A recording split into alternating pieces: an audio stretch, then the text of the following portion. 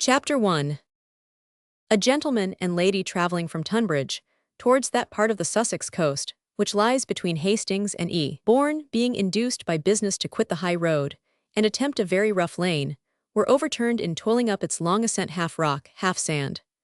The accident happened just beyond the only gentleman's house near the lane, a house, which their driver on being first required to take that direction, had conceived to be necessarily their object, and had with most unwilling looks been constrained to pass by. He had grumbled and shaken his shoulders so much indeed, and pitied and cut his horses so sharply, that he might have been open to the suspicion of overturning them on purpose, especially as the carriage was not his master's own, if the road had not indisputably become considerably worse than before, as soon as the premises of the said house were left behind, expressing with a most intelligent portentous countenance that beyond it no wheels, but cart wheels could safely proceed. The severity of the fall was broken by their slow pace and the narrowness of the lane, and the gentleman having scrambled out and helped out his companion, they neither of them at first felt more than shaken and bruised. But the gentleman had in the course of the extrication sprained his foot, and soon becoming sensible of it, was obliged in a few moments to cut short both his remonstrance to the driver and his congratulations to his wife and himself, and sit down on the bank, unable to stand. "There is something wrong here," said he, putting his hand to his ankle, "but never mind, my dear," looking up at her with a smile.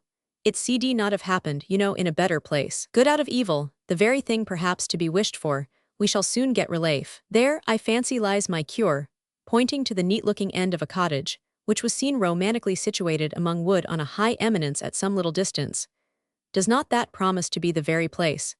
His wife fervently hoped it was, but stood, terrified and anxious, neither able to do or suggest anything, and receiving her first real comfort from the sight of several persons now coming to their assistance. The accident had been discerned from a hayfield adjoining the house they had passed, and the persons who approached were a well-looking, hale, gentleman-like man of middle age, the proprietor of the place, who happened to be among his haymakers at the time, and 3 or 4 of the ablest of them summoned to attend their master, to say nothing of all the rest of the field, men, women, and children, not very far off. Mr. Haywood, such was the name of the said proprietor, advanced with a very civil salutation, much concern for the accident, some surprise at anybody's attempting that road in a carriage, and ready offers of assistance. His courtesies were received with good breeding and gratitude, and while 1 or 2 of the men lent their help to the driver in getting the carriage upright again, the traveller said, "You are extremely obliging, sir, and I take you at your word. The injury to my leg is, I dare say, very trifling, but it is always best in these cases to have a surgeon's opinion without loss of time, and as the road does not seem at present in a favourable state for my getting up to his house myself, I will thank you to send off one of these good people for the surgeon." "The surgeon, sir," replied Mr. Haywood, "I am afraid you will find no surgeon at hand here, but I dare say we shall do very well without him. Nay, sir, if he is not in the way, his partner will do just as well, or rather better. I would rather see his partner indeed, I would prefer the attendance of his partner. One of these good people can be with him in 3 minutes, I am sure. I need not ask whether I see the house. Looking towards the cottage for excepting your own, we have passed none in this place, which can be the abode of a gentleman." Mr. H. looked very much astonished, and replied, "What, sir, are you expecting to find a surgeon in that cottage? We have neither surgeon nor partner in the parish, I assure you." "Excuse me, sir," replied the other. "I am sorry to have the appearance of contradicting you, but though from the extent of the parish or some other cause you may not be aware of the fact. Stay, can I be mistaken in the place? Am I not in Willingdon? Is not this Willingdon?" "Yes, sir, this is certainly Willingdon." "Then, sir, I can bring proof of your having a surgeon in the parish, whether you may know it or not. Here, sir," taking out his pocket-book, "if you will do me the favour of casting your eye over these advertisements, which I cut out myself from the Morning Post and the Kentish Gazette, only yesterday morning in London, I think you will be convinced that I am not speaking at random. You will find it an advertisement, sir, of the dissolution of a partnership in the medical line, in your own parish, extensive business, undeniable character, respectable references, wishing to form a separate establishment. You will find it at full length, sir," offering him the 2 little oblong extracts. "Sir," said Mr. Haywood with a good-humoured smile, "if you were to show me all the newspapers that are printed in 1 week throughout the kingdom, you would not persuade me of there being a surgeon in Willingdon. For having lived here ever since I was born, man and boy 57 years, I think I must have known of such a person, At least I may venture to say that he has not much business. To be sure, if gentlemen were to be often attempting this lane in post-chaises, it might not be a bad speculation for a surgeon to get a house at the top of the hill. But as to that cottage, I can assure you, sir, that it is in fact, in spite of its spruce air at this distance, as indifferent a double tenement as any in the parish, and that my shepherd lives at one end and 3 old women at the other. He took the paces of paper as he spoke, and having looked them over, added, I believe I can explain it, sir. Your mistake is in the place. There are 2 Willingdons in this country, and your advertisements refer to the other, which is Great Willingdon or Willingdon Abbots and lies 7 miles off on the other side of Battle, quite down in the Weald. And we, sir, speaking rather proudly, are not in the Weald. Not down in the Weald, I am sure, sir, replied the traveller pleasantly. It took us half an hour to climb your hill. Well, sir, I dare say it is as you say, and I have made an abominably stupid blunder. All done in a moment. The advertisements did not catch my eye till the last half hour of our being in town, when everything was in the hurry and confusion which always attend a short stay there.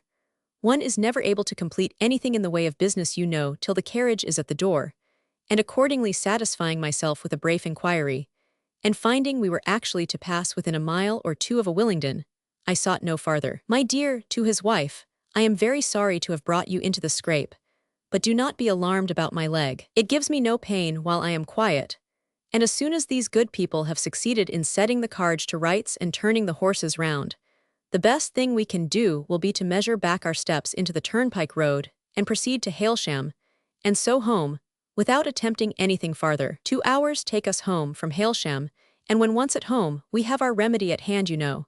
A little of our own bracing sea air will soon set me on my feet again. Depend upon it, my dear, it is exactly a case for the sea.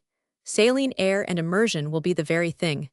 My sensations tell me so already. In a most friendly manner Mr. Haywood here interposed, entreating them not to think of proceeding till the ankle had been examined, and some refreshment taken, and very cordially pressing them to make use of his house for both purposes. We are always well stocked, said he, with all the common remedies for sprains and bruises, and I will answer for the pleasure it will give my wife and daughters to be of service to you and this lady in every way in their power. A twinge or 2, in trying to move his foot, disposed the traveller to think rather more as he had done at first of the benefit of immediate assistance, and consulting his wife in the few words of, well, my dear, I believe it will be better for us, turned again to Mr. H. and said, before we accept your hospitality, sir, and in order to do away any unfavorable impression which the sort of wild goose chase you find me in may have given rise to, allow me to tell you who we are. My name is Parker, Mr. Parker of Sanditon. This lady, my wife Mrs. Parker. We are on our road home from London. My name perhaps, though I am by no means the first of my family, holding landed property in the parish of Sanditon, may be unknown at this distance from the coast. But Sanditon itself, everybody has heard of Sanditon, the favorite for a young and rising bathing place, certainly the favorite spot of all that are to be found along the coast of Sussex, the most favored by nature, and promising to be the most chosen by man. Yes, I have heard of Sanditon, replied Mr. H. Every 5 years, one hears of some new place or other starting up by the sea and growing the fashion. How they can half of them be filled is the wonder, where people can be found with money or time to go to them. Bad things for a country, sure to raise the price of provisions and make the poor good for nothing, as I dare say you find, sir. Not at all, sir, not at all, cried Mr. Parker eagerly. Quite the contrary, I assure you. A common idea, but a mistaken one. It may apply to your large, overgrown places like Brighton or Worthing or Eastbourne, but not to a small village like Sanditon, precluded by its size from experiencing any of the evils of civilization, while the growth of the place, the buildings, the nursery grounds, the demand for everything, and the sure resort of the very best company, those regular, steady, private families of thorough gentility and character, who are a blessing everywhere, excite the industry of the poor, and diffuse comfort and improvement among them of every sort. No, sir, I assure you, Sanditon is not a place. I do not mean to take exceptions to any place in particular, sir, answered Mr. H. I only think our coast is too full of them altogether, but had we not better try to get you? Our coast too full, repeated Mr. P. On that point perhaps we may not totally disagree. At least there are enough. Our coast is abundant enough, it demands no more. Everybody's taste and everybody's finances may be suited, and those good people who are trying to add to the number are, in my opinion, excessively absurd, and must soon find themselves the dupes of their own fallacious calculations. Such a place as Sanditon, sir, I may say was wanted, was called for. Nature had marked it out, had spoken in most intelligible characters. The finest, purest sea breeze on the coast, acknowledged to be so excellent bathing, fine hard sand, deep water 10 yards from the shore, no mud, no weeds, no shiny rocks. Never was there a place more palpably designed by nature for the resort of the invalid, the very spot which thousands seemed in need of. The most desirable distance from London, one complete, measured mile nearer than Eastbourne. Only conceive, sir, the advantage of saving a whole mile in a long journey. But Brinshore, sir, which I dare say you have in your eye, the attempts of 2 or 3 speculating people about Brinshore this last year, to raise that paltry hamlet, lying, as it does, between a stagnant marsh, a bleak moor and the constant effluvia of a ridge of putrefying seaweed, can end in nothing but their own disappointment. What in the name of common sense is to recommend Brinshore? A most insalubrious air, roads proverbially detestable, water brackish beyond example, impossible to get a good dish of tea within 3 miles of the place, and as for the soil, it is so cold and ungrateful that it can hardly be made to yield a cabbage. Depend upon it, sir, that this is a faithful description of Brinshore, not in the smallest degree exaggerated, and if you have heard it differently spoken of— Sir, I never heard it spoken of in my life before, said Mr. Haywood. I did not know there was such a place in the world. You did not? There, my dear, turning with exultation to his wife. You see how it is. So much for the celebrity of Brinshore. This gentleman did not know there was such a place in the world. Why, in truth, sir, I fancy we may apply to Brinshore that line of the poet Cowper in his description of the religious cottager, as opposed to Voltaire. She never heard of half a mile from home. With all my heart, sir, apply any verses you like to it. But I want to see something applied to your leg, and I am sure by your lady's countenance that she is quite of my opinion, and thinks it a pity to lose any more time. And here come my girls to speak for themselves and their mother. 2 or 3 genteel-looking young women, followed by as many maid-servants, were now seen issuing from the house.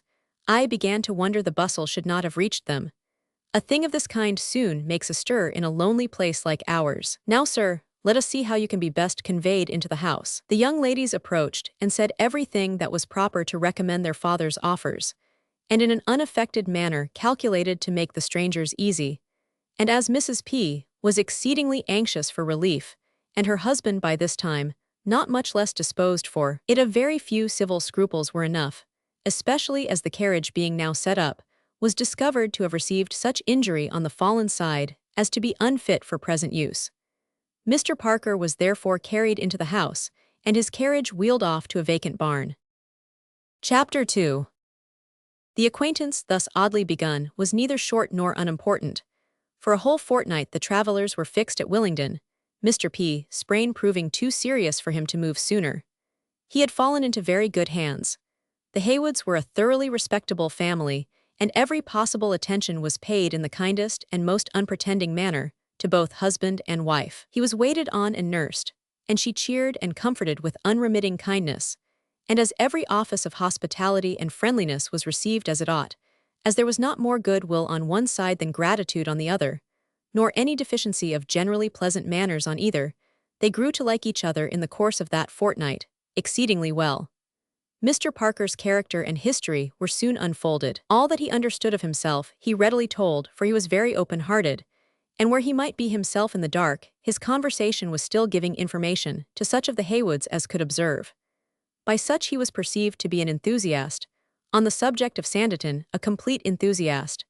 Sanditon, the success of Sanditon as a small, fashionable bathing place was the object for which he seemed to live. A very few years ago, and it had been a quiet village of no pretensions, but some natural advantages in its position and some accidental circumstances having suggested to himself and the other principal landholder the probability of its becoming a profitable speculation, they had engaged in it, and planned and built, and praised and puffed, and raised it to a something of young renown, and Mr. Parker could now think of very little besides. The facts which in more direct communication he laid before them were that he was about 35, had been married, very happily merry years, and ha sweet children at home, that he was of a respectable family, and easy though not large fortune.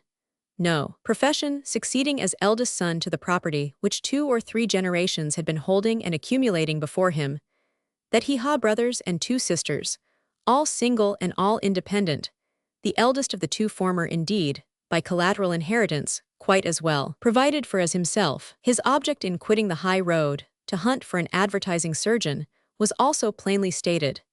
It had not proceeded from any intention of spraining his ankle or doing himself any other injury for the good of such surgeon, nor, as Mr. H. had been apt to suppose, from any design of entering into partnership with him.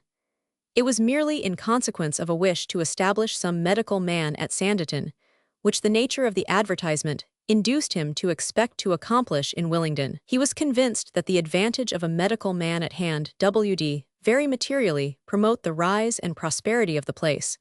Would in fact tend to bring a prodigious influx. Nothing else was wanting. He had strong reason to believe that one family had been deterred last year from trying Sanditon on that account, and probably very many more, and his own sisters who were sad invalids, and whom he was very anxious to get to Sanditon this summer, could hardly be expected to hazard themselves in a place where they could not have immediate medical advice. Upon the whole, Mr. P. was evidently an amiable family man, fond of wife, children, brothers and sisters, and generally kind-hearted, liberal, gentlemanlike, easy to please, of a sanguine turn of mind with more imagination than judgment. And Mrs. P. was as evidently a gentle, amiable, sweet-tempered woman, the properest wife in the world for a man of strong understanding, but not of capacity to supply the cooler reflection which her own husband sometimes needed, and so entirely waiting to be guided on every occasion, that whether he were risking his fortune or spraining his ankle, she remained equally useless. Sanditon was a second wife and 4 children to him, hardly less dear and certainly more engrossing. He could talk of it forever. It had indeed the highest claims, not only those of birthplace, property, and home. It was his mine, his lottery, his speculation and his hobby horse, his occupation, his hope and his futurity. He was extremely desirous of drawing his good friends at Willingdon thither, and his endeavors in the cause were as grateful and disinterested as they were warm. He wanted to secure the promise of a visit, to get as many of the family as his own house would contain, to follow him to Sanditon as soon as possible, and healthy as they all undeniably were, foresaw that every one of them would be benefited by the sea. He held it indeed as certain that no person could be really well, no person, however upheld for the present by fortuitous aids of exercise and spirits in a semblance of health, could be really in a state of secure and permanent health without spending at least 6 weeks by the sea every year. The sea air and sea bathing together were nearly infallible, one or the other of them being a match for every disorder of the stomach, the lungs, or the blood. They were antispasmodic, antipulmonary, antiseptic, antibilious, and antirheumatic.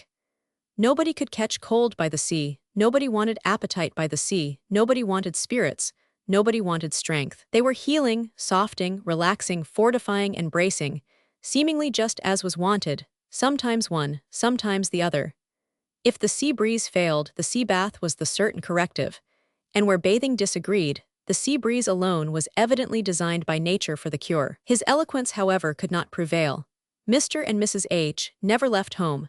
Marrying early and having a very numerous family, their movements had been long limited to one small circle, and they were older in habits than in age.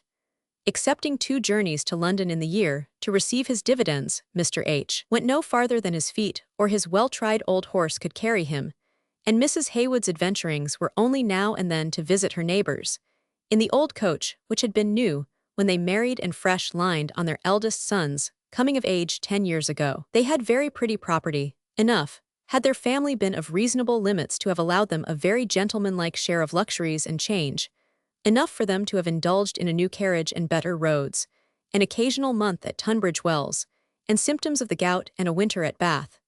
But the maintenance, education, and fitting out of 14 children demanded a very quiet, settled, careful course of life, and obliged them to be stationary and healthy at Willingdon. What prudence had at first enjoined was now rendered pleasant by habit. They never left home, and they had a gratification in saying so. But very far from wishing their children to do the same, they were glad to promote their getting out into the world as much as possible. They stayed at home, that their children might get out, and while making that home extremely comfortable, welcomed every change from it which could give useful connections or respectable acquaintance to sons or daughters. When Mr. and Mrs. Parker therefore ceased from soliciting a family visit, and bounded their vows to carrying back one daughter with them, no difficulties were started.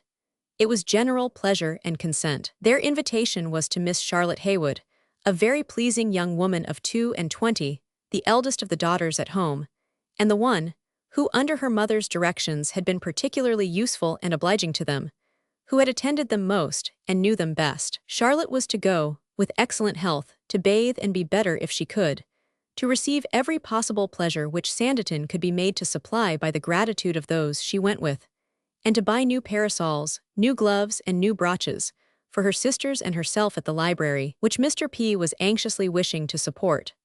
All that Mr. Haywood himself could be persuaded to promise was that he would send everyone to Sanditon who asked his advice, and that nothing should ever induce him, as far the future could be answered for, to spend even 5 shillings at Brinshaw.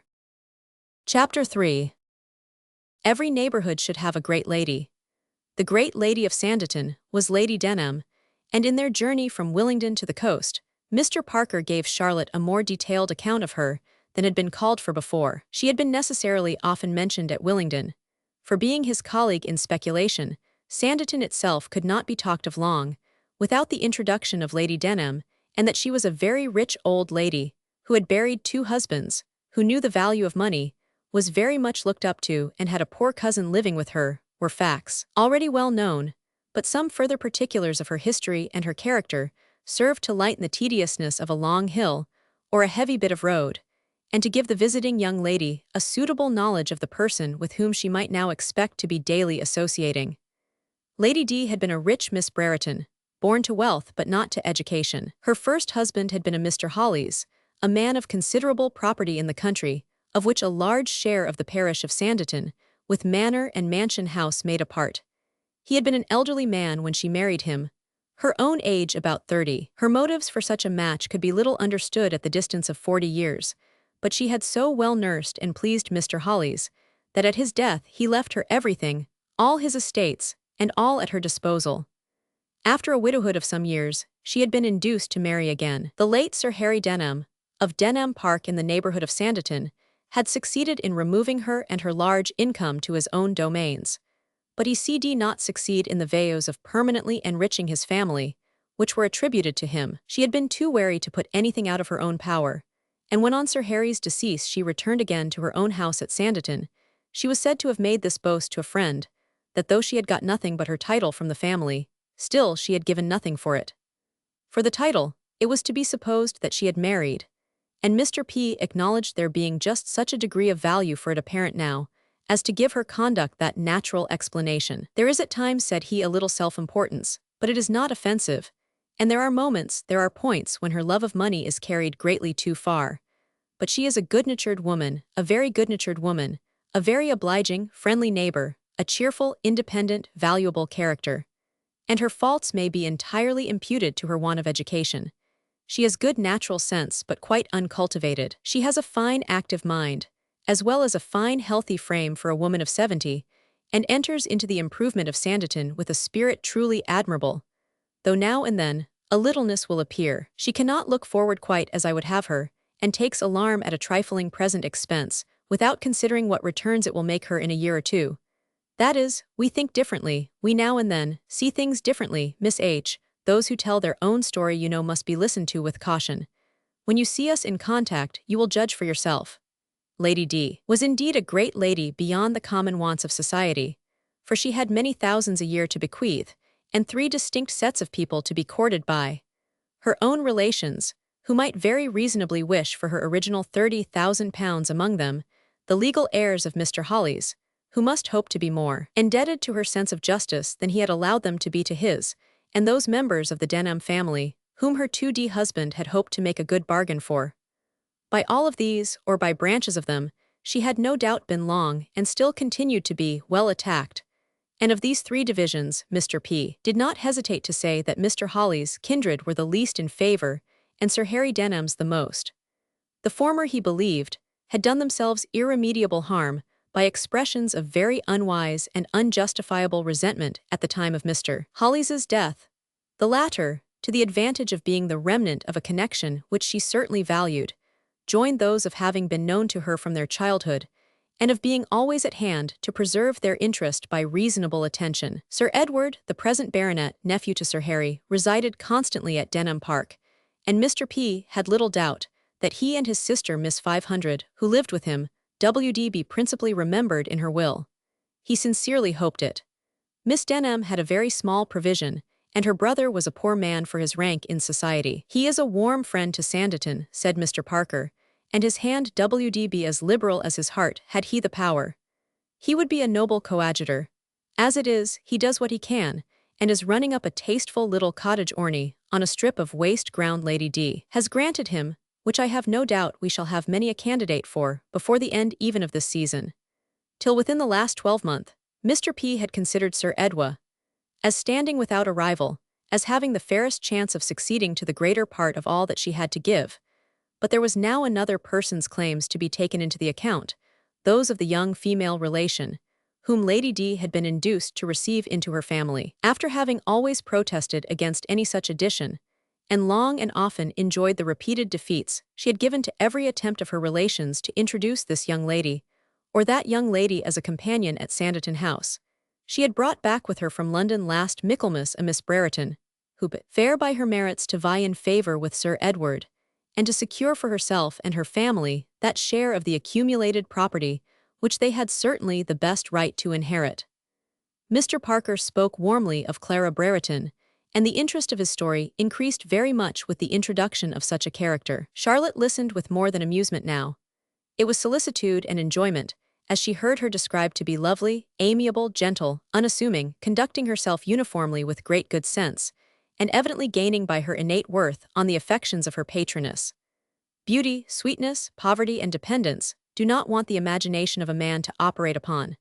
With due exceptions, woman feels for woman very promptly and compassionately. He gave the particulars which had led to Clara's admission at Sanditon, as no bad exemplification of that mixture of character, that union of littleness with kindness, with good sense, with even liberality, which he saw in Lady D. After having avoided London for many years, principally on account of these very cousins, who were continually writing, inviting and tormenting her, and whom she was determined to keep at a distance, she had been obliged to go there last Michaelmas with the certainty of being detained at least a fortnight. She had gone to an hotel, living by her own account as prudently as possible, to defy the reputed expensiveness of such a home, and at the end of 3 days calling for her bill, that she might judge of her state. Its amount was such as determined her on staying not another hour in the house, and she was preparing in all the anger and perturbation which a belief of very gross imposition there, and an ignorance of where to go for better usage, to leave the hotel at all hazards,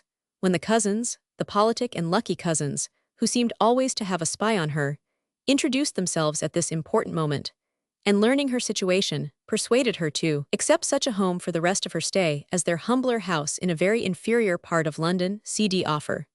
She went, was delighted with her welcome, and the hospitality and attention she received from everybody, found her good cousins beyond her expectation worthy people, and finally was impelled by a personal knowledge of their narrow income and pecuniary difficulties, to invite one of the girls of the family to pass the winter with her. The invitation was to one, for 6 months, with the probability of another being then to take her place. But in selecting the one, Lady D had shewn the good part of her character, for passing by the actual daughters of the house, she had chosen Clara, a niece, more helpless and more pitiable of course than any, a dependent on poverty, an additional burthen on an encumbered circle, and one, who had been so low in every worldly value, as with all her natural endowments and powers, to have been preparing for a situation little better than a nursery maid. Clara had returned with her, and by her good sense and merit had now, to all appearance secured a very strong hold in Lady D's regard. The 6 months had long been over, and not a syllable was breathed of any change or exchange. She was a general favourite. The influence of her steady conduct and mild, gentle temper was felt by everybody. The prejudices which had met her at first in some quarters were all dissipated. She was felt to be worthy of trust, to be the very companion who would guide and soften Lady 500, who would enlarge her mind and open her hand. She was as thoroughly amiable as she was lovely, and since having had the advantage of their Sanditon breezes, that loveliness was complete. Chapter 4. "And whose very snug-looking place is this?" said Charlotte, as in a sheltered dip within 2 miles of the sea, they passed close by a moderate-sized house, well fenced and planted and rich in the garden, orchard and meadows which are the best embellishments of such a dwelling. It seems to have as many comforts about it as Willingdon. "Ah," said Mr. P., "this is my old house, the house of my forefathers, the house where I and all my brothers and sisters were born and bred, and where my own 3 eldest children were born, where Mrs. P. and I lived till within the last 2 years, till our new house was finished. I am glad you are pleased with it. It is an honest old place, and Hillier keeps it in very good order. I have given it up, you know, to the man who occupies the chafe of my land. He gets a better house by it, and I a rather better situation. One other hill brings us to Sanditon, modern Sanditon, a beautiful spot. Our ancestors, you know, always built in a hole.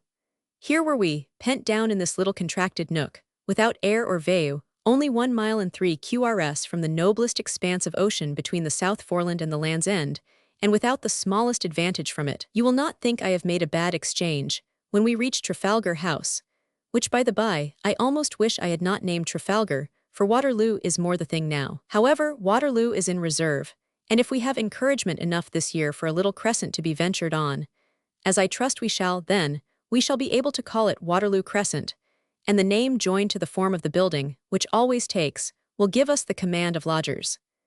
In a good season, we SHD have more applications than we could attend to. It was always a very comfortable house, said Mrs. Parker, looking at it through the back window with something like the fondness of regret.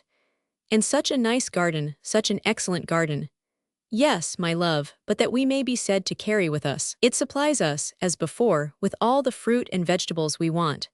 And we have in fact all the comfort of an excellent kitchen garden, without the constant eyesore of its formalities, or the yearly nuisance of its decaying vegetation. Who can endure a cabbage bed in October? Oh, dear, yes. We are quite as well off for garden stuff as ever we were, for if it is forgot to be brought at any time, we can always buy what we want at Sanditon House. The gardener there is glad enough to supply us, but it was a nice place for the children to run about in. So shady in summer. My dear, we shall have shade enough on the hill and more than enough in the course of a very few years. The growth of my plantations is a general astonishment. In the meanwhile we have the canvas awning, which gives us the most complete comfort within doors, and you can get a parasol at Whitby's for little Mary at any time, or a large bonnet at Jeb's. And as for the boys, I must say IWD rather them run about in the sunshine than not. I am sure we agree, my dear, in wishing our boys to be as hardy as possible. Yes, indeed, I am sure we do, and I will get Mary a little parasol, which will make her as proud as can be. How grave she will walk about with it, and fancy herself quite a little woman. Oh, I have not the smallest doubt of our being a great deal better off where we are now. If we any of us want to bathe, we have not a QR of a mile to go. But you know, still looking back, one loves to look at an old friend, at a place where one has been happy. The Hilliers did not seem to feel the storms last winter at all. I remember seeing Mrs. Hillier after one of those dreadful nights, when we had been literally rocked in our bed, and she did not seem at all aware of the wind being anything more than common.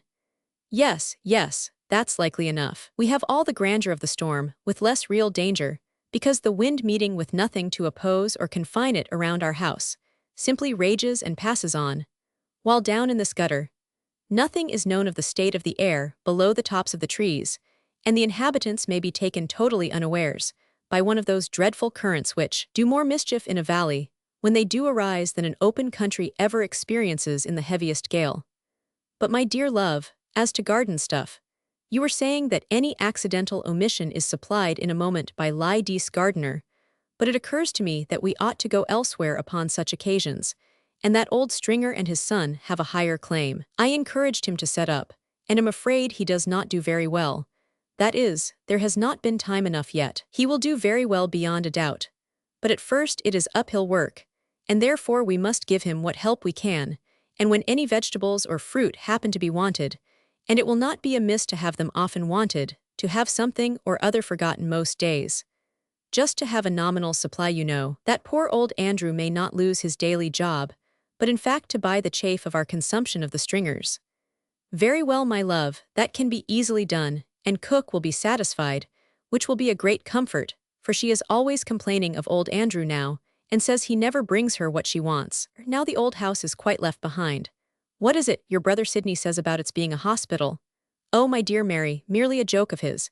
He pretends to advise me to make a hospital of it. He pretends to laugh at my improvements. Sydney says anything you know. He has always said what he chose of and to us all. Most families have such a member among them, I believe, Miss Haywood. There is a someone in most families privileged by superior abilities or spirits to say anything. In ours, it is Sydney, who is a very clever young man and with great powers of pleasing. He lives too much in the world to be settled, that is his only fault. He is here and there and everywhere. I wish we may get him to Sanditon. I should like to have you acquainted with him, and it would be a fine thing for the place. Such a young man as Sydney, with his neat equipage and fashionable air, you and I, Mary, know what effect it might have. Many a respectable family, many a careful mother, many a pretty daughter might it secure us, to the prejudice of Bourne and Hastings. They were now approaching the church and neat village of Sanditon, which stood at the foot of the hill they were afterwards to ascend. A hill, whose side was covered with the woods and enclosures of Sanditon House, and whose height ended in an open down where the new buildings might soon be looked for. A branch only of the valley, winding more obliquely towards the sea, gave a passage to an inconsiderable stream, and formed at its mouth a 3D habitable division in a small cluster of fishermen's houses. The village contained little more than cottages, but the spirit of the day had been caught, as Mr. P. observed with delight to Charlotte, and 2 or 3 of the best of them were smartened up with a white curtain and lodgings to let. And farther on, in the little green court of an old farmhouse, 2 females in elegant white were actually to be seen with their books and camp stools, and in turning the corner of the baker's shop, the sound of a harp might be heard through the upper casement. Such sights and sounds were highly blissful to Mr. P., not that he had any personal concern in the success of the village itself, for considering it as too remote from the beach, he had done nothing there, but it was a most valuable proof of the increasing fashion of the place altogether. If the village could attract, the hill might be nearly full. He anticipated an amazing season. At the same time last year, late in July, there had not been a single lodger in the village, nor did he remember any during the whole summer, excepting one family of children who came from London for sea air after the whooping cough, and whose mother would not let them be nearer the shore for fear of their tumbling in. Civilization, civilization indeed, cried Mr. P., delighted. Look, my dear Mary, look at William Healy's windows. Blue shoes and Nankin boots. Who would have expected such a sight at a shoemaker's in Old Sanditon? This is new within the month. There was no blue shoe when we passed this way a month ago. Glorious indeed. Well, I think I have done something in my day. Now for our hill, our health-breathing hill. In ascending, they passed the lodge gates of Sanditon House, and saw the top of the house itself among its groves. It was the last building of former days in that line of the parish. A little higher up, the modern began, and in crossing the down, a prospect house, a Bellevue cottage, and a Denham place were to be looked at by Charlotte with the calmness of amused curiosity, and by Mr. P. with the eager eye which hoped to see scarcely any empty houses. More bills at the window than he had calculated on, and a smaller show of company on the hill, fewer carriages, fewer walkers. He had fancied it just the time of day for them to be all returning from their airings to dinner, but the sands and the terrace always attracted some, and the tide must be flowing, about half-tide now. He longed to be on the sands, the cliffs, at his own house, and everywhere out of his house at once. His spirits rose with the very sight of the sea, and he could almost feel his ankle getting stronger already. Trafalgar House, on the most elevated spot on the down, was a light, elegant building, standing in a small lawn with a very young plantation round it, about 100 yards from the brow of a steep, but not very lofty cliff, and the nearest to it, of every building, excepting one short row of smart-looking houses, called the terrace, with a broad walk in front, aspiring to be the mall of the place. In this row were the best milliner's shop and the library. A little detached from it, the hotel and billiard room. Here began the descent to the beach, and to the bathing machines, and this was therefore the favorite spot for beauty and fashion. At Trafalgar House, rising at a little distance behind the terrace, the travelers were safely set down, and all was happiness and joy between Papa and Mamma and their children, while Charlotte, having received possession of her apartment, found amusement enough in standing at her ample Venetian window and looking over the miscellaneous foreground of unfinished buildings, waving linen and tops of houses, to the sea, dancing and sparkling in sunshine and freshness. Chapter 5. When they met before dinner, Mr. P. was looking over letters. Not a line from Sydney, said he. He is an idle fellow. I sent him an account of my accident from Willingdon and thought he would have vouchsafed me an answer, but perhaps it implies that he is coming himself. I trust it may. But here is a letter from one of my sisters. They never fail me. Women are the only correspondents to be depended on. Now Mary, smiling at his wife. Before I open it, what shall we guess as to the state of health of those it comes from? Or rather what W.D. Sidney say if he were here? Sidney is a saucy fellow, Miss H., and you must know, he will have it there is a good deal of imagination in my two sisters' complaints. But it really is not so, or very little. They have wretched health, as you have heard us say frequently, and are subject to a variety of very serious disorders. Indeed, I do not believe they know what a day's health is. And at the same time, they are such excellent useful women and have so much energy of character that, where any good is to be done, they force themselves on exertions which to those who do not thoroughly know them, have an extraordinary appearance. But there is really no affectation about them. They have only weaker constitutions and stronger minds than are often met with, either separate or together. And our youngest B.R., who lives with them, and who is not much above 20, I am sorry to say, is almost as great an invalid as themselves. He is so delicate that he can engage in no profession. Sidney laughs at him, but it really is no joke, though Sidney often makes me laugh at them all in spite of myself. Now, if he were here, I know he W.D. be offering odds that either Susan Diana or Arthur W.D. appear by this letter to have been at the point of death within the last month. Having run his eye over the letter, he shook his head and began. No chance of seeing them at Sanditon, I am sorry to say. A very indifferent account of them indeed. Seriously, a very indifferent account. Mary, you will be quite sorry to hear how ill they have been and are. Miss H., if you will give me leave, I will read Diana's letter aloud. I like to have my friends acquainted with each other, and I am afraid this is the only sort of acquaintance I shall have the means of accomplishing between you. And I can have no scruple on Diana's account, for her letters show her exactly as she is, the most active, friendly, warm-hearted being in existence, and therefore must give a good impression. He read, "My dear Tom, we were all much grieved at your accident, and if you had not described yourself as fallen into such very good hands, I shd have been with you at all hazards the day after the wreck of your letter, though it found me suffering under a more severe attack than usual of my old grievance, spasmodic bile, and hardly able to crawl from my bed to the sofa. But how were you treated? Send me more particulars in your next. If indeed a simple sprain, as you denominate it, nothing W.D. have been so judicious as friction by the hand alone, supposing it could be applied instantly. 2 years ago I happened to be calling on Mrs. Sheldon when her coachman sprained his foot as he was cleaning the carriage and C.D. hardly limp into the house, but by the immediate use of friction alone, steadily persevered in, and I rubbed his ankle with my own hand for 6 hours without intermission. He was well in 3 days. Many thanks, my dear Tom, for the kindness with respect to us, which had so large a share in bringing on your accident. But pray never run into peril again, in looking for an apothecary on our account, for had you the most experienced man in his line settled at Sanditon, it W.D. be no recommendation to us. We have entirely done with the whole medical tribe. We have consulted physician after fin in vain, till we are quite convinced that they can do nothing for us, and that we must trust to our own knowledge of our own wretched constitutions for any relief. But if you think it advisable for the interest of the place to get a medical man there, I will undertake the commission with pleasure, and have no doubt of succeeding. I could soon put the necessary irons in the fire.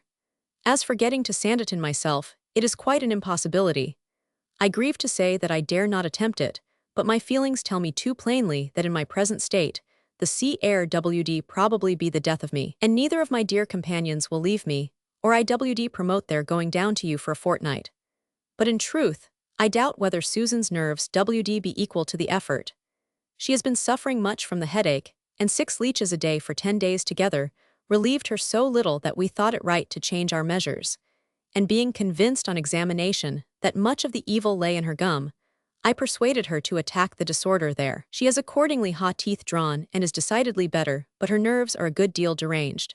She can only speak in a whisper, and fainted away twice this morning on poor Arthur's trying to suppress a cough. He, I am happy to say, is tolerably well, though more languid than I like, and I fear for his liver. I have heard nothing of Sidney since your being together in town, but conclude his scheme to the Eye of Wight has not taken place, or we should have seen him in his way. Most sincerely do we wish you a good season at Sanditon, and though we cannot contribute to your beau monde in person, we are doing our utmost to send you company worth having, and think we may safely reckon on securing you 2 large families, one a rich West Indian from Surrey, the other a most respectable girls' boarding school or academy from Camberwell. I will not tell you how many people I have employed in the business wheel within wheel, but success more than repays. Yours most effectually, N.C. Well said, Mr. P. as he finished. Though I dare say Sydney might find something extremely entertaining in this letter and make us laugh for half an hour together, I declare I by myself can see nothing in it but what is either very pitiable or very creditable. With all their sufferings, you perceive how much they are occupied in promoting the good of others. So anxious for Sanditon. 2 large families, one for Prospect House, probably the other for No. 2. Denham Place, or the end house of the terrace, and extra beds at the hotel. I told you my sisters were excellent women, Miss H. And I am sure they must be very extraordinary ones, said Charlotte. I am astonished at the cheerful style of the letter, considering the state in which both sisters appear to be. 3 teeth drawn at once. Frightful. Your sister Diana seems almost as ill as possible, but those 3 teeth of your sister Susan's are more distressing than all the rest. Oh, they are so used to the operation, to every operation, and have such fortitude.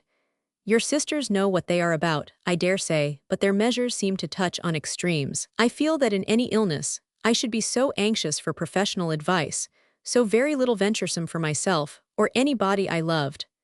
But then, we have been so healthy a family, that I can be no judge of what the habit of self-doctoring may do. Why, to own the truth, said Mrs. P., I do think the Miss Parkers carry it too far sometimes, and so do you, my love, you know.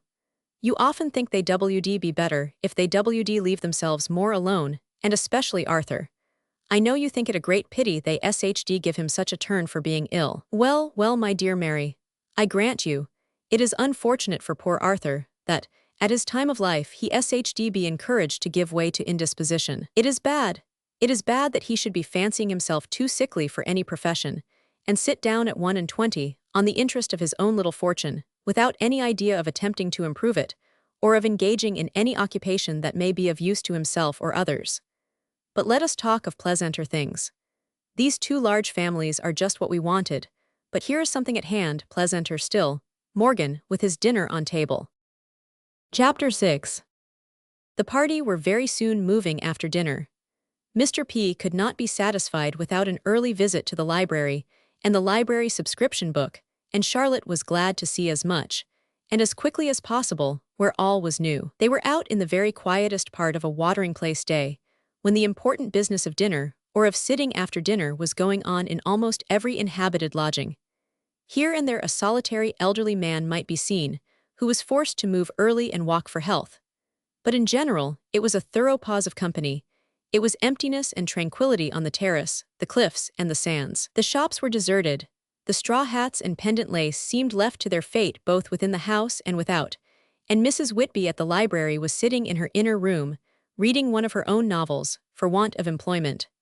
The list of subscribers was but commonplace. The Lady Denham, Miss Brereton, Mr. and Mrs. P., Sir Edward Denham and Miss Denham, whose names might be said to lead off the season, were followed by nothing better than Mrs. Matthews, Miss E. Matthews, Miss H. Matthews, Dr. and Mrs. Brown, Mr. Richard Pratt, Lute, Smith R.N. Capt. Little, Limehouse, Mrs. Jane Fisher, Miss Scroggs, Rev. Mr. Hanking, Mr. Beard, Solicitor, Gray's Inn, Mrs. Davis, and Miss Merriweather. Mr. P. could not but feel that the list was not only without distinction, but less numerous than he had hoped. It was but July, however, and August and September were the months. And besides, the promised large families from Sir Rye and Camberwell were an ever-ready consolation. Mrs. Whitby came forward without delay from her literary recess, delighted to see Mr. Parker again, whose manners recommended him to every body, and they were fully occupied in their various civilities and communications, while Charlotte, having added her name to the list as the first offering to the success of the season, was busy in some immediate purchases for the further good of every body, as soon as Miss Whitby could be hurried down from her toilette, with all her glossy curls and smart trinkets to wait on her.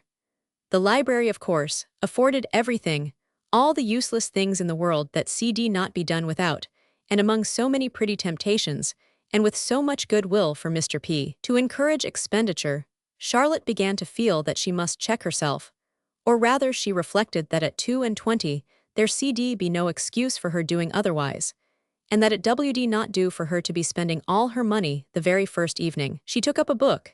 It happened to be a vol of Camilla. She had not Camilla's youth and had no intention of having her distress, so she turned from the drawers of rings and brooches, repressed farther solicitation, and paid for what she bought. For her particular gratification, They were then to take a turn on the cliff. But as they quitted the library, they were met by two ladies whose arrival made an alteration necessary, Lady Denham and Miss Brereton. They had been to Trafalgar House, and been directed thence to the library, and though Lady D was a great deal too active to regard the walk of a mile as anything requiring rest, and talked of going home again directly, the Parkers knew that to be pressed into their house, and obliged to take her tea with them, would suit her best. And therefore the stroll on the cliff gave way to an immediate return home. "No, no," said her ladyship, "I will not have you hurry your tea on my account. I know you like your tea late. My early hours are not to put my neighbors to inconvenience. No, no, Miss Clara and I will get back to our own tea. We came out with no other thought. We wanted just to see you and make sure of your being really come, but we get back to our own tea." She went on however towards Trafalgar House and took possession of the drawing-room very quietly, without seeming to hear a word of Mrs. Peace's orders to the servant as they entered, to bring tea directly. Charlotte was fully consoled for the loss of her walk, by finding herself in company with those, whom the conversation of the morning had given her a great curiosity to see. She observed them well. Lady D was of middle height, stout, upright and alert in her motions, with a shrewd eye and self-satisfied air, but not an unagreeable countenance, and though her manner was rather downright and abrupt, as of a person who valued herself on being free-spoken, there was a good humor and cordiality about her, a civility and readiness to be acquainted with Charlotte herself, and a heartiness of welcome towards her old friends, which was inspiring the good-will she seemed to feel. And as for Miss Brereton, her appearance so completely justified Mr. Peace's praise that Charlotte thought she had never beheld a more lovely, or more interesting young woman. Elegantly tall, regularly handsome, with great delicacy of complexion and soft blue eyes, a sweetly modest, and yet naturally graceful address, Charlotte could see in her only the most perfect representation of whatever heroine might be most beautiful and bewitching, in all the numerous vols they had left behind them on Mrs. Whitby's shelves. Perhaps it might be partly owing to her having just issued from a circulating library, but she did not separate the idea of a complete heroine from Clara Brereton, her situation with Lady Denham so very much in favor of it. She seemed placed with her on purpose to be ill-used. Such poverty and dependence, joined to such beauty and merit, seemed to leave no choice in the business. These feelings were not the result of any spirit of romance in Charlotte herself. No, she was a very sober-minded young lady, sufficiently well-read in novels to supply her imagination with amusement, but not at all unreasonably influenced by them. And while she pleased herself the first 5 minutes with fancying the persecutions which ought to be the lot of the interesting Clara, especially in the form of the most barbarous conduct on Lady Denham's side, she found no reluctance to admit from subsequent observation that they appeared to be on very comfortable terms. She did see nothing worse in Lady Denham than the sort of old-fashioned formality of always calling her Miss Clara, nor anything objectionable in the degree of observance and attention which Clara paid. On one side it seemed protecting kindness, on the other grateful and affectionate respect. The conversation turned entirely upon Sanditon, its present number of visitants, and the chances of a good season. It was evident that Lady D had more anxiety, more fears of loss than her coadjutor. She wanted to have the place fill faster, and seemed to have many harassing apprehensions of the lodgings being in some instances underlet. Miss Diana Parker's 2 large families were not forgot. Very good, said her ladyship. A West India family and a school, that sounds well, that will bring money. No people spend more freely, I believe, than Indians. Observed Mr. Parker. So I have heard, and because they have full purses, fancy themselves equal, may be, to your old country families. But then, they who scatter their money so freely, never think of whether they may not be doing mischief by raising the price of things. And I have heard that's very much the case with your West Indians, and if they come among us to raise the price of our necessaries of life, we shall not much thank them, Mr. Parker. My dear madam, they can only raise the price of consumable articles by such an extraordinary demand for them and such a diffusion of money among us, as must do us more good than harm. Our butchers and bakers and traders in general cannot get rich without bringing prosperity to us. If they do not gain, our rents must be insecure, and in proportion to their profit must be ours eventually in the increased value of our houses. Oh, well, but I should not like to have butcher's meat raised, though, and I shall keep it down as long as I can. That young lady smiles, I see. I dare say she thinks me an odd sort of a creature, but she will come to care about such matters herself in time. Yes, my dear, depend upon it, you will be thinking of the price of butcher's meat in time.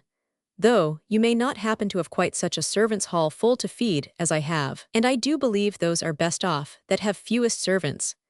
I am not a woman of parade, as all the world knows, and if it was not for what I owe to poor Mr. Hollis's memory, I should never keep up Sanditon House as I do.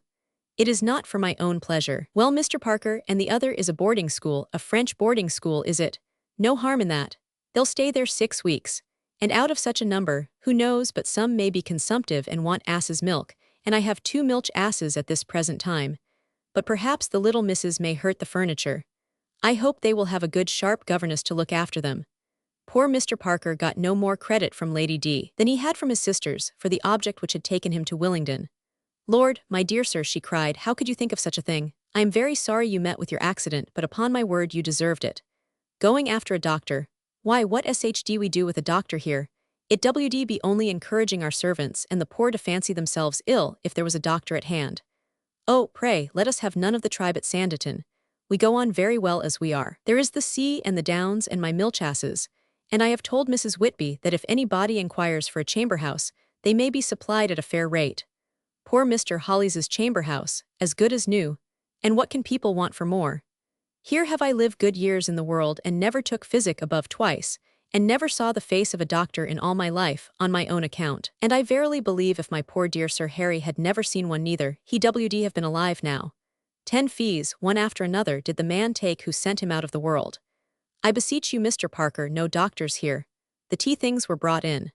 Oh, my dear Mrs. Parker, you should not indeed. Why would you do so? I was just upon the point of wishing you good evening, but since you are so very neighborly, I believe Miss Clara and I must stay. Chapter 7. The popularity of the Parkers brought them some visitors the very next morning. Amongst them, Sir Edward Denham and his sister, who having been at Sanditon H, drove on to pay their compliments, and the duty of letter-writing being accomplished, Charlotte was settled with Mrs. P. in the drawing-room in time to see them all. The Denhams were the only ones to excite particular attention. Charlotte was glad to complete her knowledge of the family by an introduction to them, and found them, the better half at least, for while single, the gentleman may sometimes be thought the better half of the pair, not unworthy notice.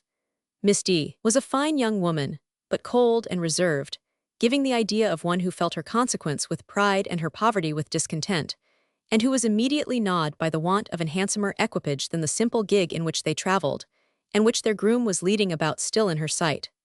Sir Edward was much her superior in air and manner, certainly handsome, but yet more to be remarked for his very good address and wish of paying attention and giving pleasure. He came into the room remarkably well, talked much, and very much to Charlotte, by whom he chanced to be placed, and she soon perceived that he had a fine countenance, a most pleasing gentleness of voice, and a great deal of conversation.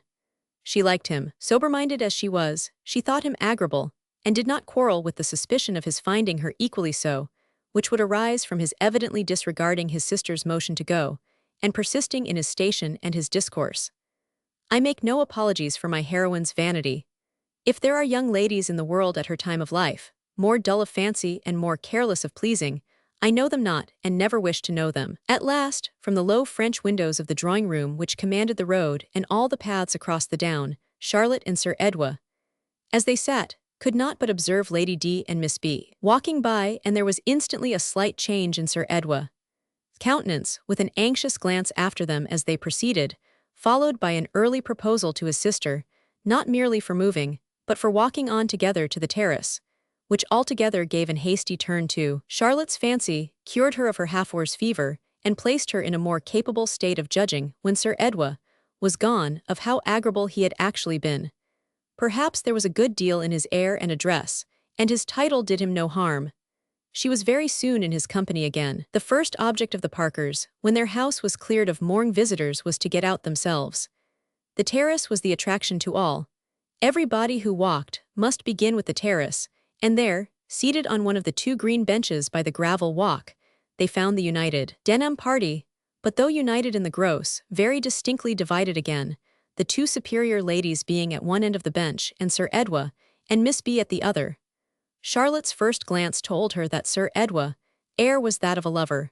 There could be no doubt of his devotion to Clara. How Clara received it was less obvious, but she was inclined to think not very favorably, for though sitting thus apart with him, which probably she might not have been able to prevent. Her air was calm and grave.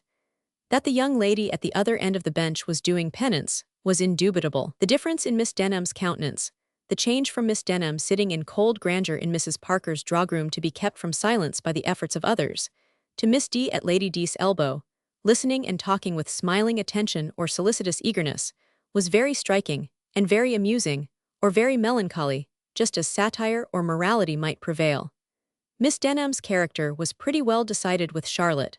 Sir Edward's required longer observation. He surprised her by quitting Clara immediately on their all joining and agreeing to walk, and by addressing his attentions entirely to herself. Stationing himself close by her, he seemed to mean to detach her as much as possible from the rest of the party, and to give her the whole of his conversation.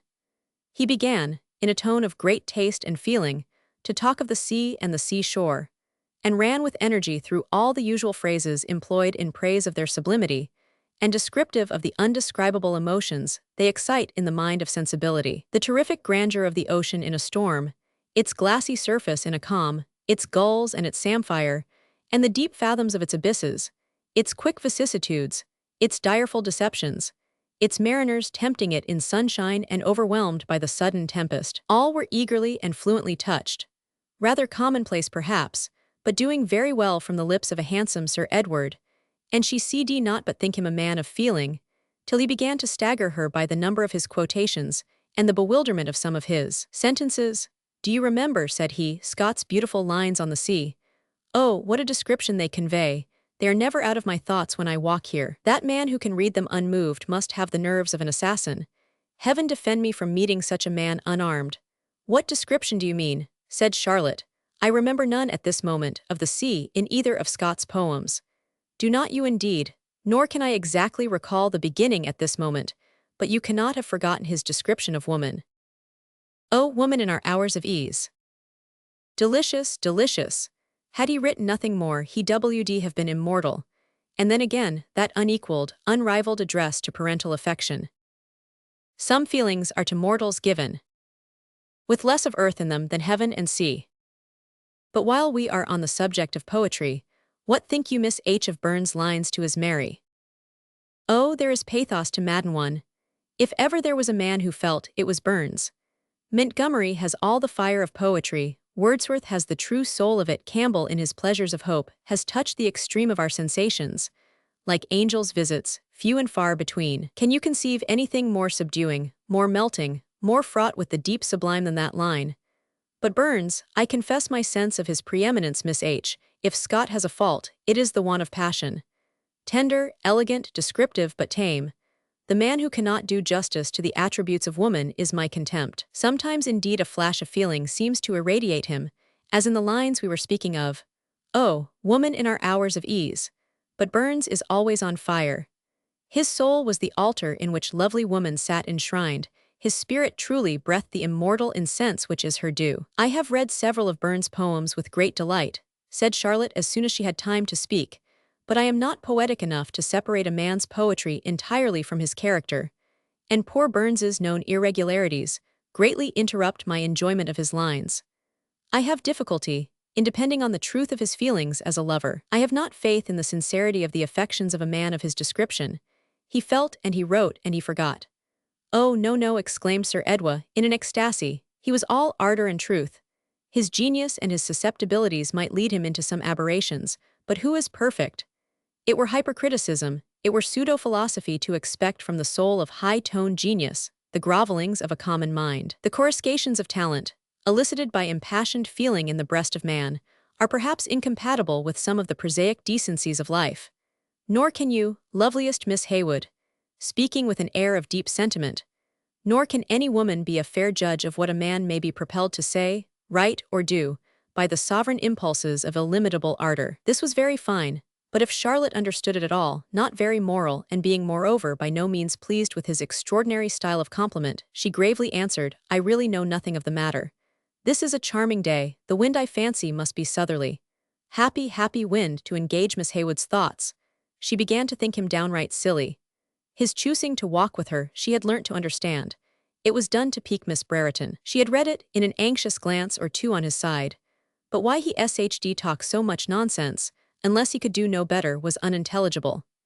He seemed very sentimental, very full of some feelings or other, and very much addicted to all the newest fashioned hard words, had not a very clear brain she presumed, and talked a good deal by rote. The future might explain him further, but when there was a proposition for going into the library, she felt that she had quite enough of Sir Edward for one morning, and very gladly accepted Lady D.'s invitation of remaining on the terrace with her. The others all left them, Sir Edward, with looks of very gallant despair in tearing himself away, and they united their agreeableness.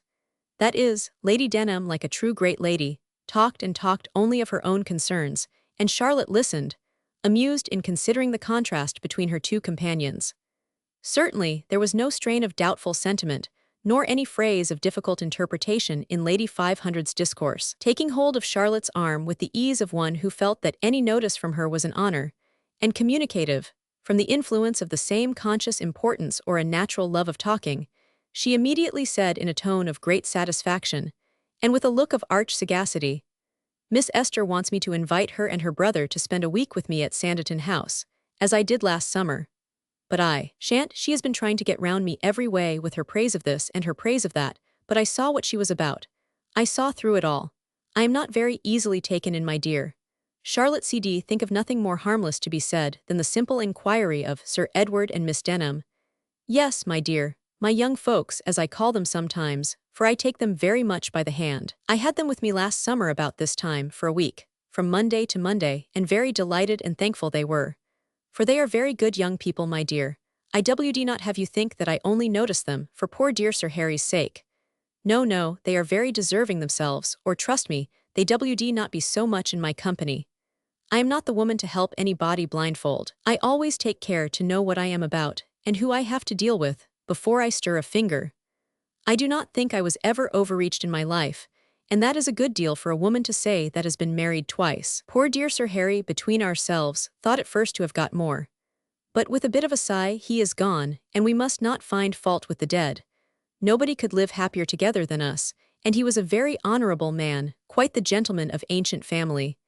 And when he died, I gave Sir Edward his gold watch." She said this with a look at her companion which implied its right to produce a great impression, and seeing no rapturous astonishment in Charlotte's countenance, added quickly, "He did not bequeath it to his nephew, my dear. It was no bequest.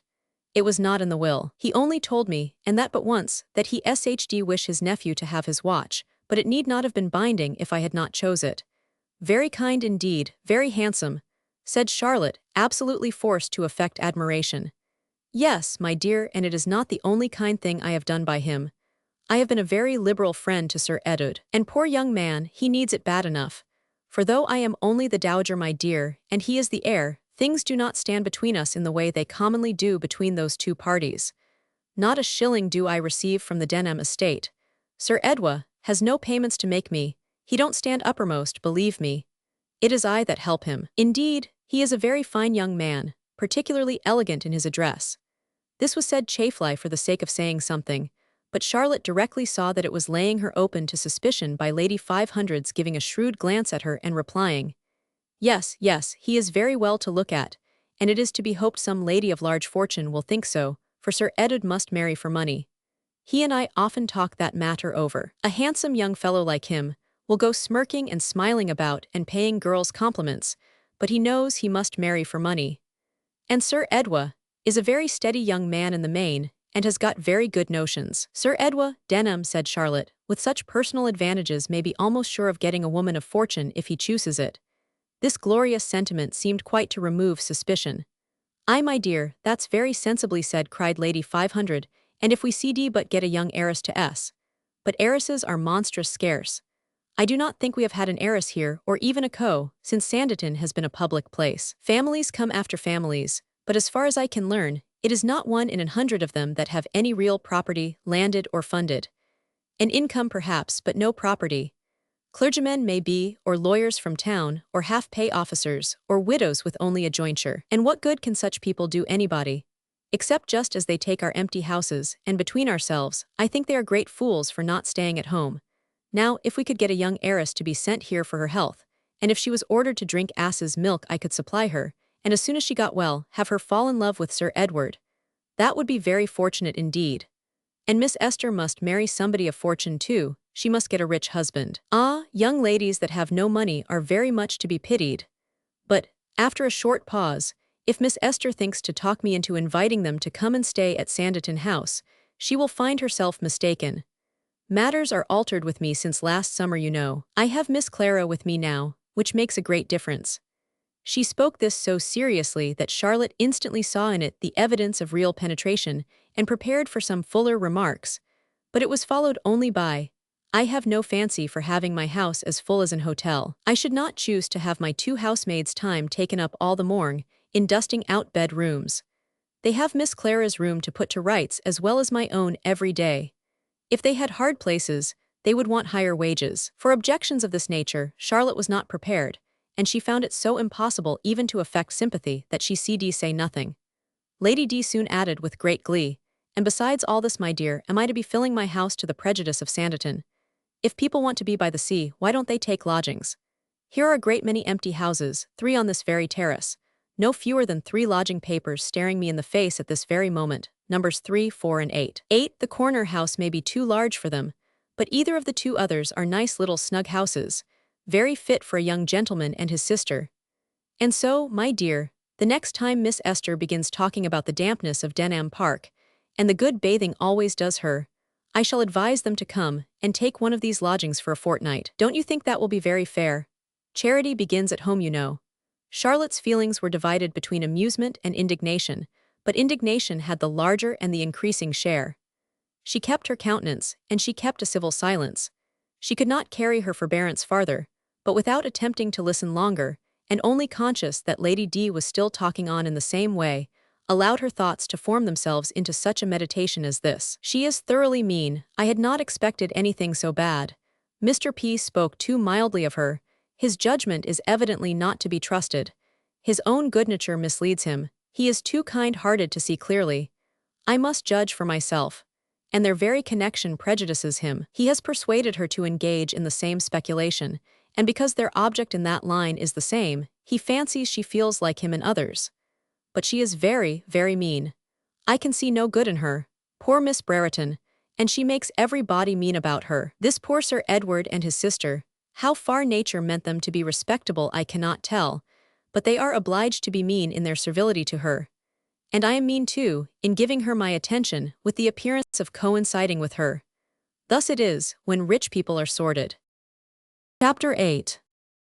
The 2 ladies continued walking together till rejoined by the others, who as they issued from the library were followed by a young Whitby running off with 5 vols under his arm to Sir Edward's gig, and Sir Edward, approaching Charlotte, said, "You may perceive what has been our occupation. My sister wanted my counsel in the selection of some books. We have many leisure hours, and read a great deal. I am no indiscriminate novel reader. The mere trash of the common circulating library I hold in the highest contempt. You will never hear me advocating those puerile emanations which detail nothing but discordant principles incapable of amalgamation, or those vapid tissues of ordinary occurrences from which no useful deductions can be drawn. In vain may we put them into a literary alembic. We distill nothing which can add to science. You understand me, I am sure. I am not quite certain that I do. But if you will describe the sort of novels which you do approve, I dare say it will give me a clearer idea." "Most willingly, fair questioner. The novels which I approve are such as display human nature with grandeur, such as show her in the sublimities of intense feeling, such as exhibit the progress of strong passion, from the first germ of incipient susceptibility to the utmost energies of reason half dethroned, where we see the strong spark of woman's captivations elicit such fire in the soul of man as leads him, though at the risk of some aberration from the strict line of primitive obligations, to hazard all dare all achieve all to obtain her. Such are the works which I peruse with delight, and I hope I may say with amelioration. They hold forth the most splendid portraitures of high conceptions, unbounded views, illimitable ardor, indomitable decision, and even when the event is mainly anti-prosperous to the high-toned machinations of the prime character, the potent, pervading hero of the story, it leaves us full of generous emotions for him. Our hearts are paralyzed. Ere pseudo-philosophy, to assert that we do not feel more enwrapped by the brilliancy of his career than by the tranquil and morbid virtues of any opposing character. Our approbation of the latter is but eleemosynary. These are the novels which enlarge the primitive capabilities of the heart, and which it cannot impugn the sense, or be any dereliction of the character, of the most anti-puerile man, to be conversant with. "If I understand you aright," said Charlotte, "our taste in novels is not at all the same." And here they were obliged to part, Miss D being too much tired of them all to stay any longer. The truth was that Sir Edward, whom circumstances had confined very much to one spot, had read more sentimental novels than agreed with him. His fancy had been early caught by all the impassioned and most exceptionable parts of Richardson's, and such authors as have since appeared to tread in Richardson's steps, so far as man's determined pursuit of woman, in defiance of every opposition of feeling and convenience, is concerned, had since occupied the greater part of his literary hours and formed his character, with a perversity of judgment, which must be attributed to his not having by nature a very strong head. The graces, the spirit, the sagacity, and the perseverance of the villain of the story outweighed all his absurdities and all his atrocities with Sir Edward. With him, such conduct was genius, fire, and feeling. It interested and inflamed him, and he was always more anxious for its success, and mourned over its discomfitures with more tenderness than CD ever have been contemplated by the authors. Though he owed many of his ideas to this sort of reading, it were unjust to say that he read nothing else, or that his language were not formed on a more general knowledge of modern literature. He read all the essays, letters, tour, and criticisms of the day, and with the same ill luck which made him derive only false principles from lessons of morality, and incentives to vice from the history of its overthrow, he gathered only hard words and involved sentences from the style of our most approved writers. Sir Edward's great object in life was to be seductive. With such personal advantages as he knew himself to possess, and such talents as he did also give himself credit for, he regarded it as his duty. He felt that he was formed to be a dangerous man, quite in the line of the Lovelaces. The very name of Sir Edward, he thought, carried some degree of fascination with it. To be generally gallant and assiduous about the fair, to make fine speeches to every pretty girl, was but the inferior part of the character he had to play. Miss Heywood, or any other young woman with any pretensions to beauty, he was entitled, according to his own veils of society, to approach with high compliment and rhapsody on the slightest acquaintance. But it was Clara alone on whom he had serious designs. It was Clara whom he meant to seduce. Her seduction was quite determined on. Her situation in every way called for it. She was his rival in Lady D's favor. She was young, lovely, and dependent. He had very early seen the necessity of the case, and had now been long trying with cautious assiduity to make an impression on her heart, and to undermine her principles. Clara saw through him, and had not the least intention of being seduced, but she bore with him patiently enough to confirm the sort of attachment which her personal charms had raised. A greater degree of discouragement indeed would not have affected Sir Edward. He was armed against the highest pitch of disdain or aversion. If she could not be won by affection, he must carry her off. He knew his business. Already had he had many musings on the subject. If he were constrained so to act, he must naturally wish to strike out something new, to exceed those who had gone before him, and he felt a strong curiosity to ascertain whether the neighborhood of Tombuctoo might not afford some solitary house adapted for Clara's reception. But the expense, alas, of measures in that masterly style was ill-suited to his purse, and prudence obliged him to prefer the quietest sort of ruin and disgrace for the object of his affections to the more renowned. Chapter 9. One day, soon after Charlotte's arrival at Sanditon, she had the pleasure of seeing, just as she ascended from the sands to the terrace, a gentleman's carriage with post-horses standing at the door of the hotel, as very lately arrived, and by the quantity of luggage taking off, bringing, it might be hoped, some respectable family determined on a long residence. Delighted to have such good news for Mr. and Mrs. P., who had both gone home some time before, she proceeded for Trafalgar House with as much alacrity as could remain, after having been contending for the last 2 hours with a very fine wind blowing directly on shore. But she had not reached the little lawn, when she saw a lady walking nimbly behind her at no great distance, and convinced that it could be no acquaintance of her own, she resolved to hurry on and get into the house if possible before her. But the stranger's pace did not allow this to be accomplished. Charlotte was on the steps and had rung, but the door was not opened when the other crossed the lawn, and when the servant appeared they were just equally ready for entering the house. The ease of the lady, her "How do you do, Morgan?"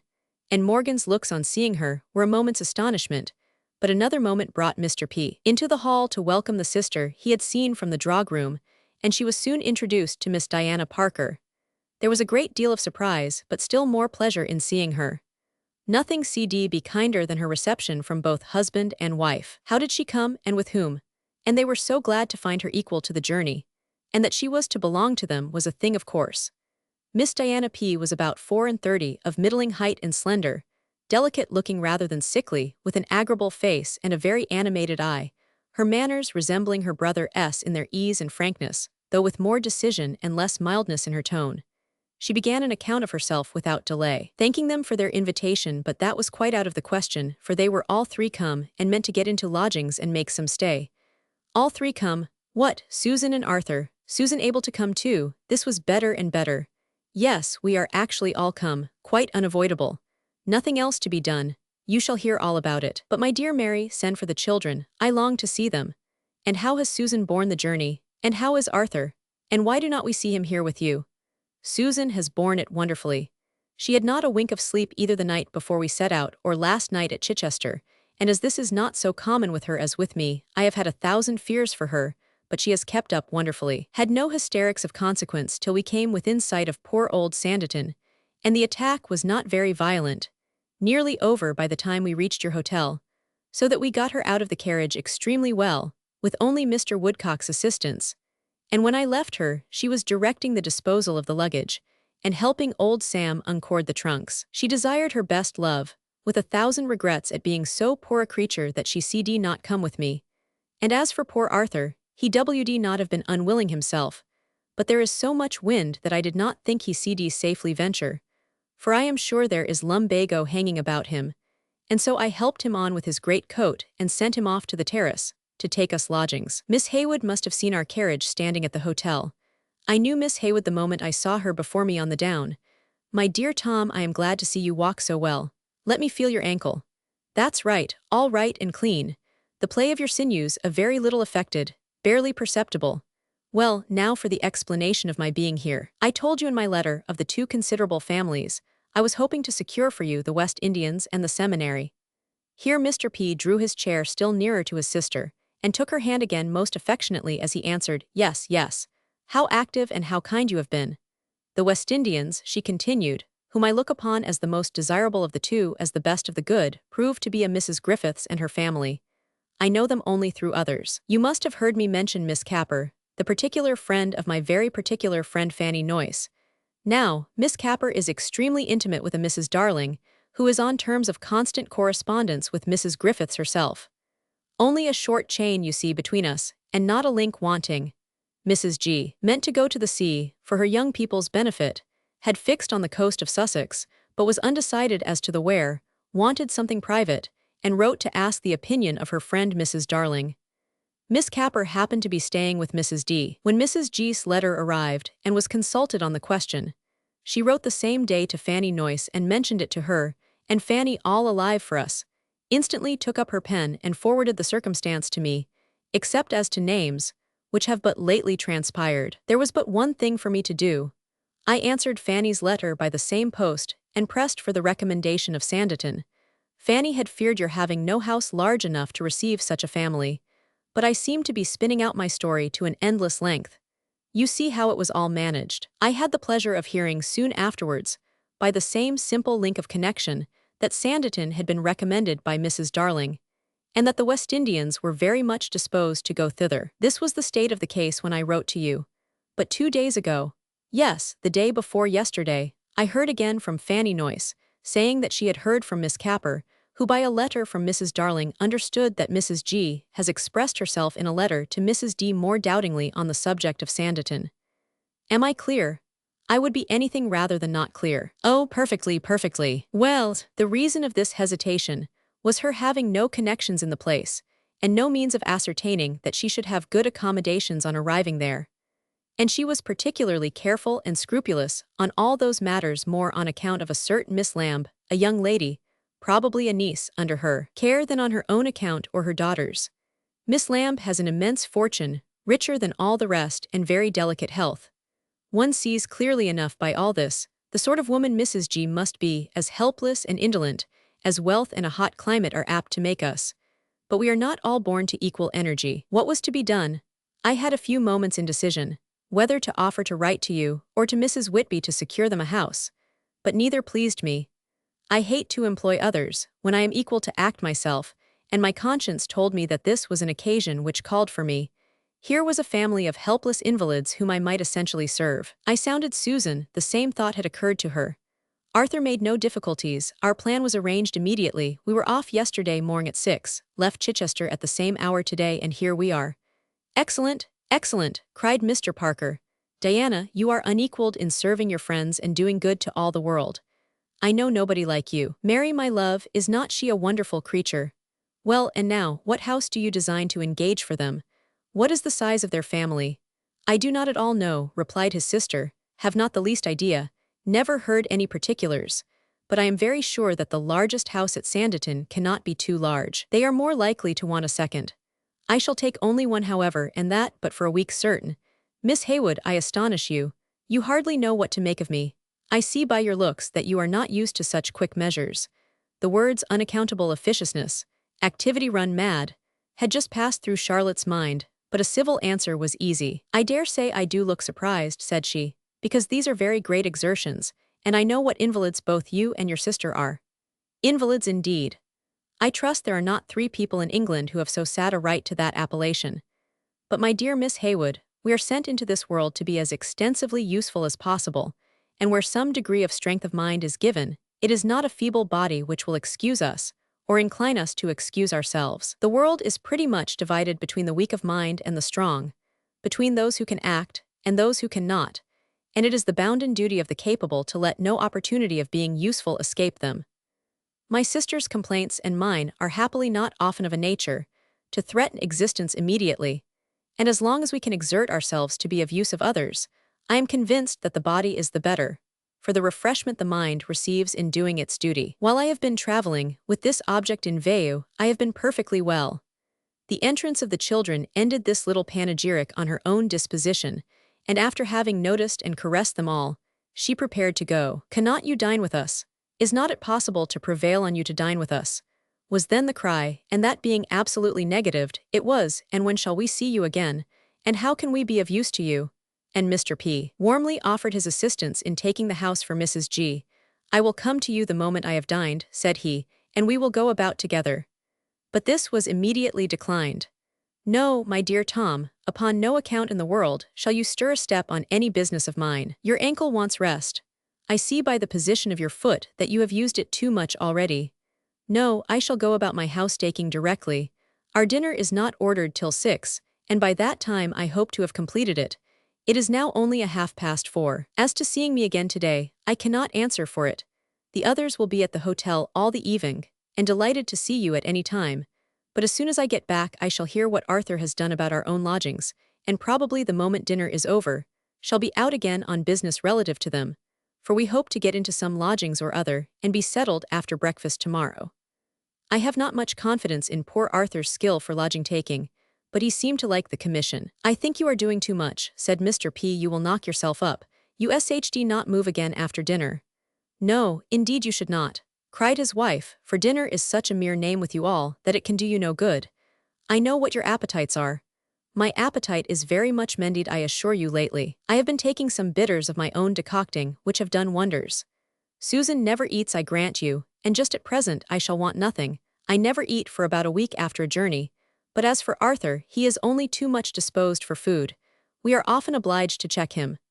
But you have not told me anything of the other family coming to Sanditon, said Mr. P. as he walked with her to the door of the house. The Camberwell Seminary, have we a good chance of them? Oh, certain, quite certain. I had forgotten them for the moment, but I had a letter 3 days ago from my friend Mrs. Charles Dupuy which assured me of Camberwell. Camberwell will be here to a certainty, and very soon. That good woman, I do not know her name, not being so wealthy and independent as Mrs. G. can travel and choose for herself. I will tell you how I got at her. Mrs. Charles Dupuy lives almost next door to a lady, who has a relation lately settled at Clapham, who actually attends the seminary and gives lessons on eloquence and Bell's letters to some of the girls. I got that man a hare from one of Sidney's friends, and he recommended Sanditon. Without my appearing, however, Mrs. Charles Dupuy managed it all. Chapter 10. It was not a week since Miss Diana Parker had been told by her feelings that the sea air would probably in her present state be the death of her, and now she was at Sanditon, intending to make some stay, and without appearing to have the slightest recollection of having written or felt any such thing. It was impossible for Charlotte not to suspect a good deal of fancy in such an extraordinary state of health. Disorders and recoveries, so very much out of the common way, seemed more like the amusement of eager minds in want of employment than of actual afflictions and relief. The Parkers were no doubt a family of imagination and quick feelings, and while the eldest brother found vent for his superfluity of sensation as a projector, the sisters were perhaps driven to dissipate theirs in the invention of odd complaints. The whole of their mental vivacity was evidently not so employed. Part was laid out in a zeal for being useful. It should seem that they must either be very busy for the good of others, or else extremely ill themselves. Some natural delicacy of constitution, in fact, with an unfortunate turn for medicine, especially quack medicine, had given them an early tendency at various times to various disorders. The rest of their sufferings was from fancy, the love of distinction, and the love of the wonderful. They had charitable hearts and many amiable feelings, but a spirit of restless activity, and the glory of doing more than anybody else, had their share in every exertion of benevolence, and there was vanity in all they did, as well as in all they endured. Mr. and Mrs. P. spent a great part of the evening at the hotel, but Charlotte had only 2 or 3 veils of Miss Diana posting over the down after a house for this lady whom she had never seen, and who had never employed her. She was not made acquainted with the others till the following day, when, being removed into lodgings, and all the party continuing quite well, their brother and sister and herself were entreated to drink tea with them. They were in one of the terrace houses, and she found them arranged for the evening in a small neat drawing-room, with a beautiful view of the sea if they had chosen it. But though it had been a very fair English summer day, not only was there no open window, but the sofa and the table, and the establishment in general was all at the other end of the room by a brisk fire.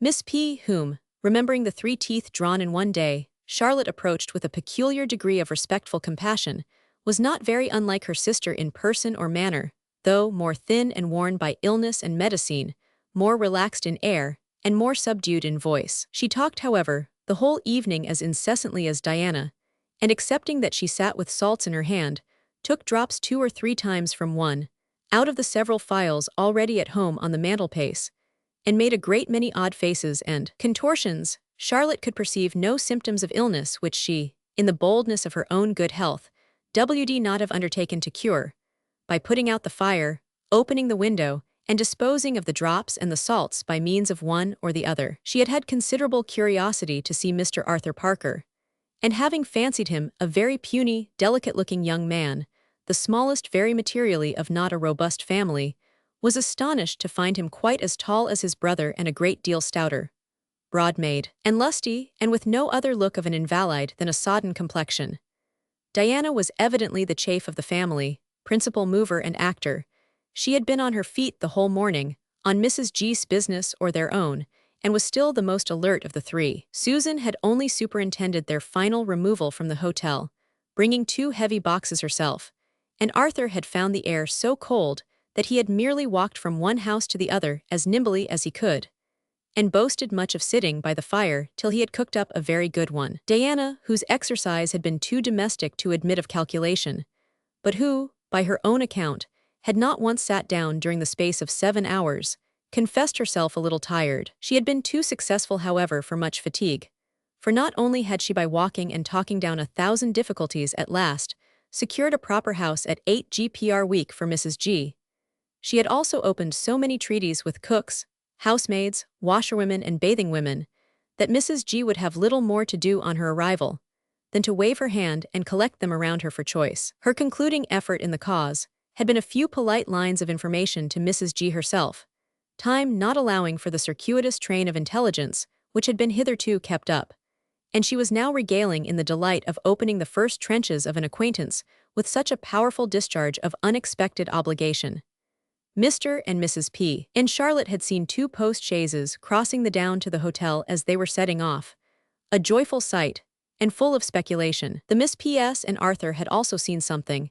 They could distinguish from their window that there was an arrival at the hotel, but not its amount. Their visitors answered for 2 hack chaises. Could it be the Camberwell Seminary? No number had there been a 3D carriage, perhaps it might, but it was very generally agreed that two hack chaises could never contain a seminary. Mr. P was confident of another new family. When they were all finally seated, after some removals to look at the sea and the hotel, Charlotte's place was by Arthur, who was sitting next to the fire with a degree of enjoyment which gave a good deal of merit to his civility in wishing her to take his chair. There was nothing dubious in her manner of declining it, and he sat down again with much satisfaction. She drew back her chair to have all the advantage of his person as a screen, and was very thankful for every inch of back and shoulders beyond her preconceived idea. Arthur was heavy in eye as well as figure, but by no means indisposed to talk.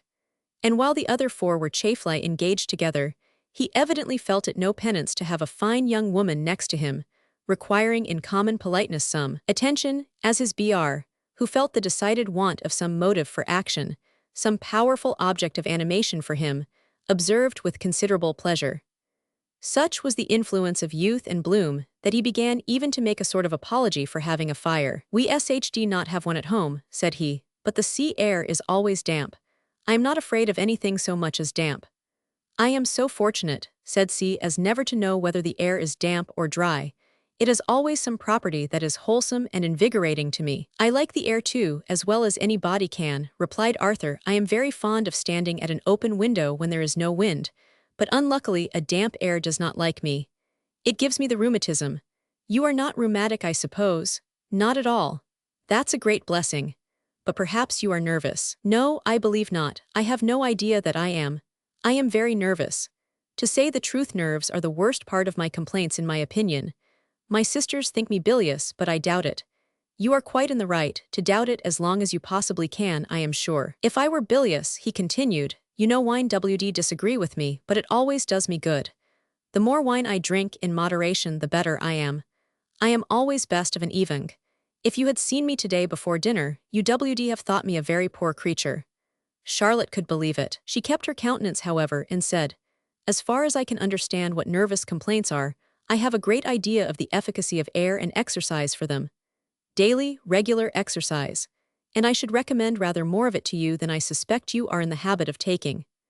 "Oh, I am very fond of exercise myself," he replied, "and mean to walk a great deal while I am here, if the weather is temperate. I shall be out every morning before breakfast, and take several turns upon the terrace, and you will often see me at Trafalgar House. But you do not call a walk to Traff much exercise. Not, as to mere distance, but the hill is so steep. Walking up that hill in the middle of the day would throw me into such a perspiration. You would see me all in a bath by the time I got there. I am very subject to perspiration, and there cannot be a surer sign of nervousness." They were now advancing so deep in physics that Charlotte veiled the entrance of the servant with the tea things as a very fortunate interruption. It produced a great and immediate change. The young man's attentions were instantly lost. He took his own cocoa from the tray, which seemed provided with almost as many teapots, and see as there were persons in company, Miss P. drinking one sort of herb tea and Miss Diana another, and turning completely to the fire, sat coddling and cooking it to his own satisfaction, and toasting some slices of bread, brought up ready prepared in the toast rack. Until it was all done, she heard nothing of his voice but the murmuring of a few broken sentences of self-approbation and success. When his toils were over, however, he moved back his chair into as gallant a line as ever, and proved that he had not been working only for himself, by his earnest invitation to her to take both cocoa and toast. She was already helped to tea, which surprised him, so totally self-engrossed had he been. "I thought I should have been in time," said he, "but cocoa takes a great deal of boiling." "I am much obliged to you," replied Charlotte, "but I prefer tea." "Then I will help myself," said he. "A large dish of rather weak cocoa every evening agrees with me better than anything." It struck her, however, as he poured out this rather weak cocoa, that it came forth in a very fine dark-colored stream, and at the same moment his sisters both crying out, "Oh, Arthur, you get your cocoa stronger and stronger every evening," with Arthur's somewhat conscious reply of "Tea's rather stronger than it should be tonight," convinced her that Arthur was by no means so fond of being starved as they could desire, or as he felt proper himself. He was certainly very happy to turn the conversation on dry toast, and hear no more of his sisters. "I hope you will eat some of this toast," said he. "I reckon myself a very good toaster. I never burn my toasts. I never put them too near the fire at first, and yet you see there is not a corner but what is well browned. I hope you like dry toast, with a reasonable quantity of butter spread over it. Very much, said Charlotte, but not otherwise. No more do I, said he, exceedingly pleased. We think quite alike there. So far from dry toast being wholesome, I think it a very bad thing for the stomach. Without a little butter to soften it, it hurts the coats of the stomach. I am sure it does. I will have the pleasure of spreading some for you directly, and afterwards I will spread some for myself. Very bad indeed for the coats of the stomach, but there is no convincing some people. It irritates and acts like a nutmeg grater. He could not get the command of the butter, however, without a struggle, his sisters accusing him of eating a great deal too much, and declaring he was not to be trusted, and he maintaining that he only eat enough to secure the coats of his stomach. And besides, he only wanted it now for Miss Haywood. Such a plea must prevail. He got the butter and spread away for her with an accuracy of judgment which at least delighted himself. But when her toast was done, and he took his own in hand, Charlotte could hardly contain herself as she saw him watching his sisters, while he scrupulously scraped off almost as much butter as he put on, and then seized an odd moment for adding a great dab just before it went into his mouth. Certainly, Mr. Arthur P.'s enjoyments in invalidism were very different from his sisters', by no means so spiritualized. A good deal of earthy dross hung about him. Charlotte could not but suspect him of adopting that line of life, principally for the indulgence of an indolent temper, and to be determined on having no disorders, but such as called for warm rooms and good nourishment. In one particular, however, she soon found that he had caught something from them. What, said he, do you venture upon 2 dishes of strong green tea in one evening? What nerves you must have! How I envy you! Now, if I were to swallow only one such dish, what do you think its effect would be upon me? Keep you awake perhaps all night, replied Charlotte, meaning to overthrow his attempts at surprise by the grandeur of her own conceptions. Oh, if that were all, he exclaimed. No, it acts on me like poison and would entirely take away the use of my right side before I had swallowed it 5 minutes. It sounds almost incredible, but it has happened to me so often that I cannot doubt it. The use of my right side is entirely taken away for several hours. It sounds rather odd to be sure, answered Charlotte coolly, but I dare say it would be proved to be the simplest thing in the world, by those who have studied right sides and green tea scientifically, and thoroughly understand all the possibilities of their action on each other. Soon after tea, a letter was brought to Miss D.P. from the hotel. From Mrs. Charles Dupuis, said she. Some private hand. And having read a few lines, exclaimed aloud, well, this is very extraordinary indeed. That both should have the same name. To Mrs. Griffiths. This is a letter of recommendation and introduction to me, of the lady from Camberwell, and her name happens to be Griffiths too. A few lines more, however, and the color rushed into her cheeks, and with much perturbation she added, the oddest thing that ever was. A Miss Lamb too, a young West Indian of large fortune. But it cannot be the same. Impossible that it should be the same. She read the letter aloud for comfort. It was merely to introduce the bearer, Mrs. G. from Camberwell, and the 3 young ladies under her care, to Miss D.P.'s notice. Mrs. G., being a stranger at Sanditon, was anxious for a respectable introduction, and Mrs. C. Dupuis therefore, at the instance of the intermediate friend, provided her with this letter, knowing that she could not do her dear Diana a greater kindness than by giving her the means of being useful. Mrs. G.'s chafe solicitude W.D.B. for the accommodation and comfort of one of the young ladies under her care, a Miss Lamb, a young W. Indian of large fortune, in delicate health. It was very strange, very remarkable, very extraordinary, but they were all agreed in determining it to be impossible that there should not be 2 families. Such a totally distinct set of people as were concerned in the reports of each made that matter quite certain. There must be 2 families. Impossible to be otherwise. Impossible and impossible was repeated over and over again with great fervor. An accidental resemblance of names and circumstances, however striking at first, involved nothing really incredible, and so it was settled. Miss Diana herself derived an immediate advantage to counterbalance her perplexity. She must put her shawl over her shoulders and be running about again. Tired as she was, she must instantly repair to the hotel, to investigate the truth and offer her services. Chapter 11. It would not do. Not all that the whole Parker race could say among themselves, CD produce a happier catastrophe than that the family from Surrey and the family from Camberwell were one and the same. The rich West Indians and the young ladies' seminary had all entered Sanditon in those 2 hack chaises.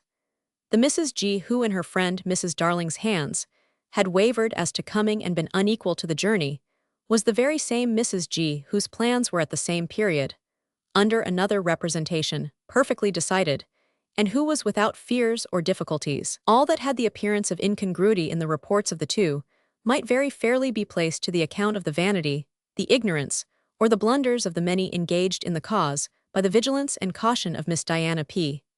Her intimate friends must be officious like herself, and the subject had supplied letters and extracts and messages enough to make everything appear what it was not.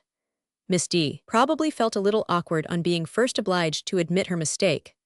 A long journey from Hampshire taken for nothing, a brother disappointed, an expensive house on her hands for a week, must have been some of her immediate reflections, and much worse than all the rest, must have been the sort of sensation of being less clear-sighted and infallible than she had believed herself. No part of it, however, seemed to trouble her long. There were so many to share in the shame and the blame, that probably when she had divided out their proper portions to Mrs. Darling, Miss Capper, Fanny Noyce, Mrs. C. Dupuy, and Mrs. C. 500's neighbor, there might be a mere trifle of reproach remaining for herself. At any rate, she was seen all the following morning walking about after lodgings with Mrs. G. As alert as ever. Mrs. G. was a very well-behaved, genteel kind of woman, who supported herself by receiving such great girls and young ladies as wanted either masters for finishing their education or a home for beginning their displays. She had several more under her care than the three who were now come to Sanditon, but the others all happened to be absent. Of these three, and indeed of all, Miss Lamb was beyond comparison the most important and precious, as she paid in proportion to her fortune.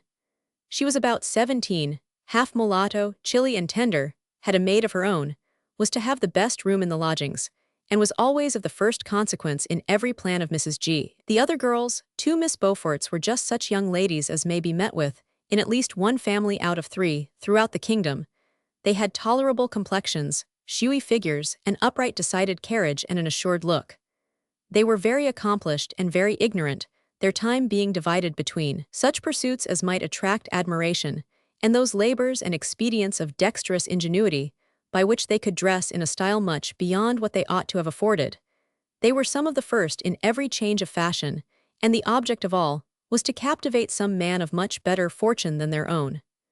Mrs. G. had preferred a small, retired place, like Sanditon, on Miss Lamb's account, and the Miss B.S., though naturally preferring anything to smallness and retirement, yet having in the course of the spring been involved in the inevitable expense of 6 new dresses each for a 3-days visit, were constrained to be satisfied with Sanditon also, till their circumstances were retrieved. There, with the hire of a harp for one, and the purchase of some drawing paper for the other, and all the finery they could already command, they meant to be very economical, very elegant, and very secluded, with the hope on Miss Beaufort's side of praise and celebrity from all who walked within the sound of her instrument, and on Miss Letitia's of curiosity and rapture in all who came near her while she sketched, and to both the consolation of meaning to be the most stylish girls in the place. The particular introduction of Mrs. G. to Miss Diana Parker secured them immediately an acquaintance with the Trafalgar House family and with the Denhams, and the Miss Beauforts were soon satisfied with the circle in which they moved in Sanditon, to use a proper phrase, for every body must now move in a circle, to the prevalence of which rotatory motion is perhaps to be attributed the giddiness and false steps of many. Lady Denham had other motives for calling on Mrs. G. besides attention to the Parkers. In Miss Lamb, here was the very young lady, sickly and rich, whom she had been asking for, and she made the acquaintance for Sir Edward's sake, and the sake of her milch asses. How it might answer with regard to the baronet remained to be proved, but as to the animals, she soon found that all her calculations of profit would be vain. Mrs. G. would not allow Miss L. to have the smallest symptom of a decline, or any complaint which ass's milk CD possibly relieve. Miss L. was under the constant care of an experienced physician, and his prescriptions must be their rule, and except in favor of some tonic pills, which a cousin of her own had a property in, Mrs. G. did never deviate from the strict medicinal page. The corner house of the terrace was the one in which Miss D.P. had the pleasure of settling her new friends, and considering that it commanded in front the favorite lounge of all the visitors at Sanditon, and on one side, whatever might be going on at the hotel, there CD not have been a more favorable spot for the seclusions of the Miss Beauforts, and accordingly, long before they had suited themselves with an instrument, or with drawing paper, they had, by the frequency of their appearance at the low windows upstairs, in order to close the blinds or open the blinds, to arrange a flower pot on the balcony, or look at nothing through a telescope, attracted many an eye upwards, and made many a gazer gaze again. A little novelty has a great effect in so small a place. The Miss Beauforts, who have been nothing at Brighton, could not move here without notice. And even Mr. Arthur Parker, though little disposed for supernumerary exertion, always quitted the terrace, in his way to his brother's by this corner house, for the sake of a glimpse of the Miss B.S., though it was a half a QR of a mile roundabout, and added 2 steps to the ascent of the hill. Chapter 12. Charlotte had been 10 days at Sanditon, without seeing Sanditon House, every attempt at calling on Lady D having been defeated by meeting with her beforehand. But now it was to be more resolutely undertaken, at a more early hour, that nothing might be neglected of attention to Lady D or amusement to Charlotte. "And if you should find a favorable opening, my love," said Mr. P., who did not mean to go with them, "I think you had better mention the poor Mullins's situation, and sound her ladyship as to a subscription for them. I am not fond of charitable subscriptions in a place of this kind. It is a sort of tax upon all that come. Yet as their distress is very great, and I almost promised the poor woman yesterday to get something done for her, I believe we must set a subscription on foot. And, therefore, the sooner the better, and Lady Denham's name at the head of the list will be a very necessary beginning. You will not dislike speaking to her about it, Mary." "I will do whatever you wish me," replied his wife, "but you would do it so much better yourself. I shall not know what to say." "My dear Mary," cried he, "it is impossible you can be really at a loss. Nothing can be more simple. You have only to state the present afflicted situation of the family, their earnest application to me, and my being willing to promote a little subscription for their relief, provided it meet with her approbation." "The easiest thing in the world," cried Miss Diana Parker, who happened to be calling on them at the moment. "All said and done, in less time than you have been talking of it now. And while you are on the subject of subscriptions, Mary, I will thank you to mention a very melancholy case to Lady 500, which has been represented to me in the most affecting terms. There is a poor woman in Worcestershire, whom some friends of mine are exceedingly interested about, and I have undertaken to collect whatever I can for her. If you mention the circumstance to Lady Denham, Lady Denham can give, if she is properly attacked, and I look upon her to be the sort of person who, when once she is prevailed on to undraw her purse, would as readily give 10 gs as 5. And therefore, if you find her in a giving mood, you might as well speak in favor of another charity which I and a few more have very much at heart, the establishment of a charitable repository at Burton-on-Trent. And then, there's the family of the poor man who was hung last assizes at York, though we really have raised the sum we wanted for putting them all out, yet if you can get a guinea from her on their behalf, it may as well be done." "My dear Diana," exclaimed Mrs. P., "I could no more mention these things to Lady D than I see D fly. Where's the difficulty? I wish I could go with you myself, but in 5 minutes I must be at Mrs. G. to encourage Miss Lamb in taking her first dip. She is so frightened, poor thing, that I promised to come and keep up her spirits, and go in the machine with her if she wished it. And as soon as that is over, I must hurry home, for Susan is to have leeches at 1 o'clock, which will be a 3 hours' business. Therefore I really have not a moment to spare. Besides that, between ourselves, I ought to be in bed myself at this present time, for I am hardly able to stand, and when the leeches have done, I dare say we shall both go to our rooms for the rest of the day." "I am sorry to hear it, indeed, but if this is the case I hope Arthur will come to us. If Arthur takes my advice, he will go to bed too, for if he stays up by himself he will certainly eat and drink more than he ought. But you see, Mary, how impossible it is for me to go with you to Lady Denham's." "Upon second thoughts, Mary," said her husband, "I will not trouble you to speak about the Mullinses. I will take an opportunity of seeing Lady D myself. I know how little it suits you to be pressing matters upon a mind at all unwilling." His application thus withdrawn, his sister could say no more in support of hers, which was his object, as he felt all their impropriety and all the certainty of their ill effect upon his own better claim. Mrs. P. was delighted at this release, and set off very happy with her friend and her little girl, on this walk to Sanditon House. It was a close, misty morn, and when they reached the brow of the hill, they could not for some time make out what sort of carriage it was, which they saw coming up. It appeared at different moments to be everything from the gig to the phaeton, from 1 horse to 4, and just as they were concluding in favor of a tandem, little Mary's young eyes distinguished the coachman, and she eagerly called out, "'Tease Uncle Sidney, mamma, it is indeed." And so it proved. Mr. Sidney Parker, driving his servant in a very neat carriage, was soon opposite to them, and they all stopped for a few minutes. The manners of the Parkers were always pleasant among themselves, and it was a very friendly meeting between Sidney and his sister-in-law, who was most kindly taking it for granted that he was on his way to Trafalgar House. This he declined, however. He was just come from Eastbourne, proposing to spend 2 or 3 days as it might happen at Sanditon, but the hotel must be his quarters. He was expecting to be joined there by a friend or two. The rest was common inquiries and remarks, with kind notice of little Mary, and a very well-bred bow and proper address to Miss Heywood on her being named to him, and they parted, to meet again within a few hours. Sidney Parker was about 7 or 8 and 20, very good-looking, with a decided air of ease and fashion, and a lively countenance. This adventure afforded agreeable discussion for some time. Mrs. P. entered into all her husband's joy on the occasion, and exulted in the credit which Sidney's arrival would give to the place. The road to Sanditon H was a broad, handsome, planted approach, between fields, and conducting at the end of a QR of a mile through second gates into the grounds, which though not extensive had all the beauty and respectability which an abundance of very fine timber could give. These entrance gates were so much in a corner of the grounds or paddock, so near one of its boundaries, that an outside fence was at first almost pressing on the road, till an angle here, and a curve there threw them to a better distance. The fence was a proper park paling in excellent condition, with clusters of fine elms, or rows of old thorns following its line almost everywhere. Almost must be stipulated, for there were vacant spaces, and through one of these, Charlotte, as soon as they entered the enclosure, caught a glimpse over the pales of something white and womanish in the field on the other side. It was a something which immediately brought Miss B. into her head, and stepping to the pales, she saw indeed, and very decidedly in spite of the mist, Miss B seated, not far before her, at the foot of the bank which sloped down from the outside of the paling, and which a narrow path seemed to skirt along.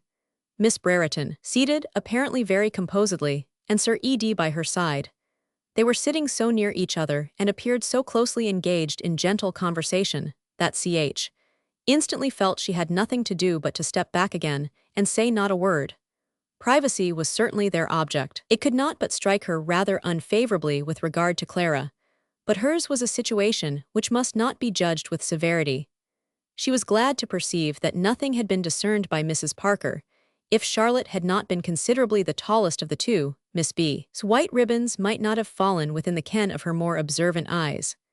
Among other points of moralizing reflection, which the sight of this tete-a-tete produced, Charlotte C.D. not but think of the extreme difficulty which secret lovers must have in finding a proper spot for their stolen interviews. Here perhaps they had thought themselves so perfectly secure from observation. The whole field open before them, a steep bank and pales never crossed by the foot by man at their back, and a great thickness of air in aid. Yet here she had seen them. They were really ill-used. The house was large and handsome, 2 servants appeared to admit them, and everything had a suitable air of property and order.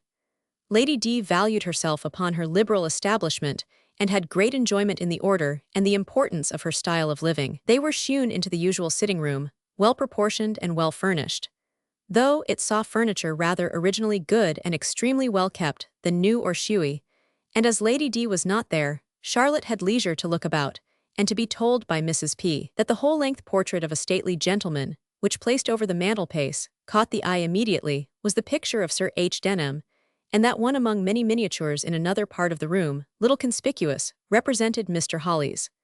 Poor Mr. Hollies! It was impossible not to feel him hardly used, to be obliged to stand back in his own house and see the best place by the fire constantly occupied by Sir H.D.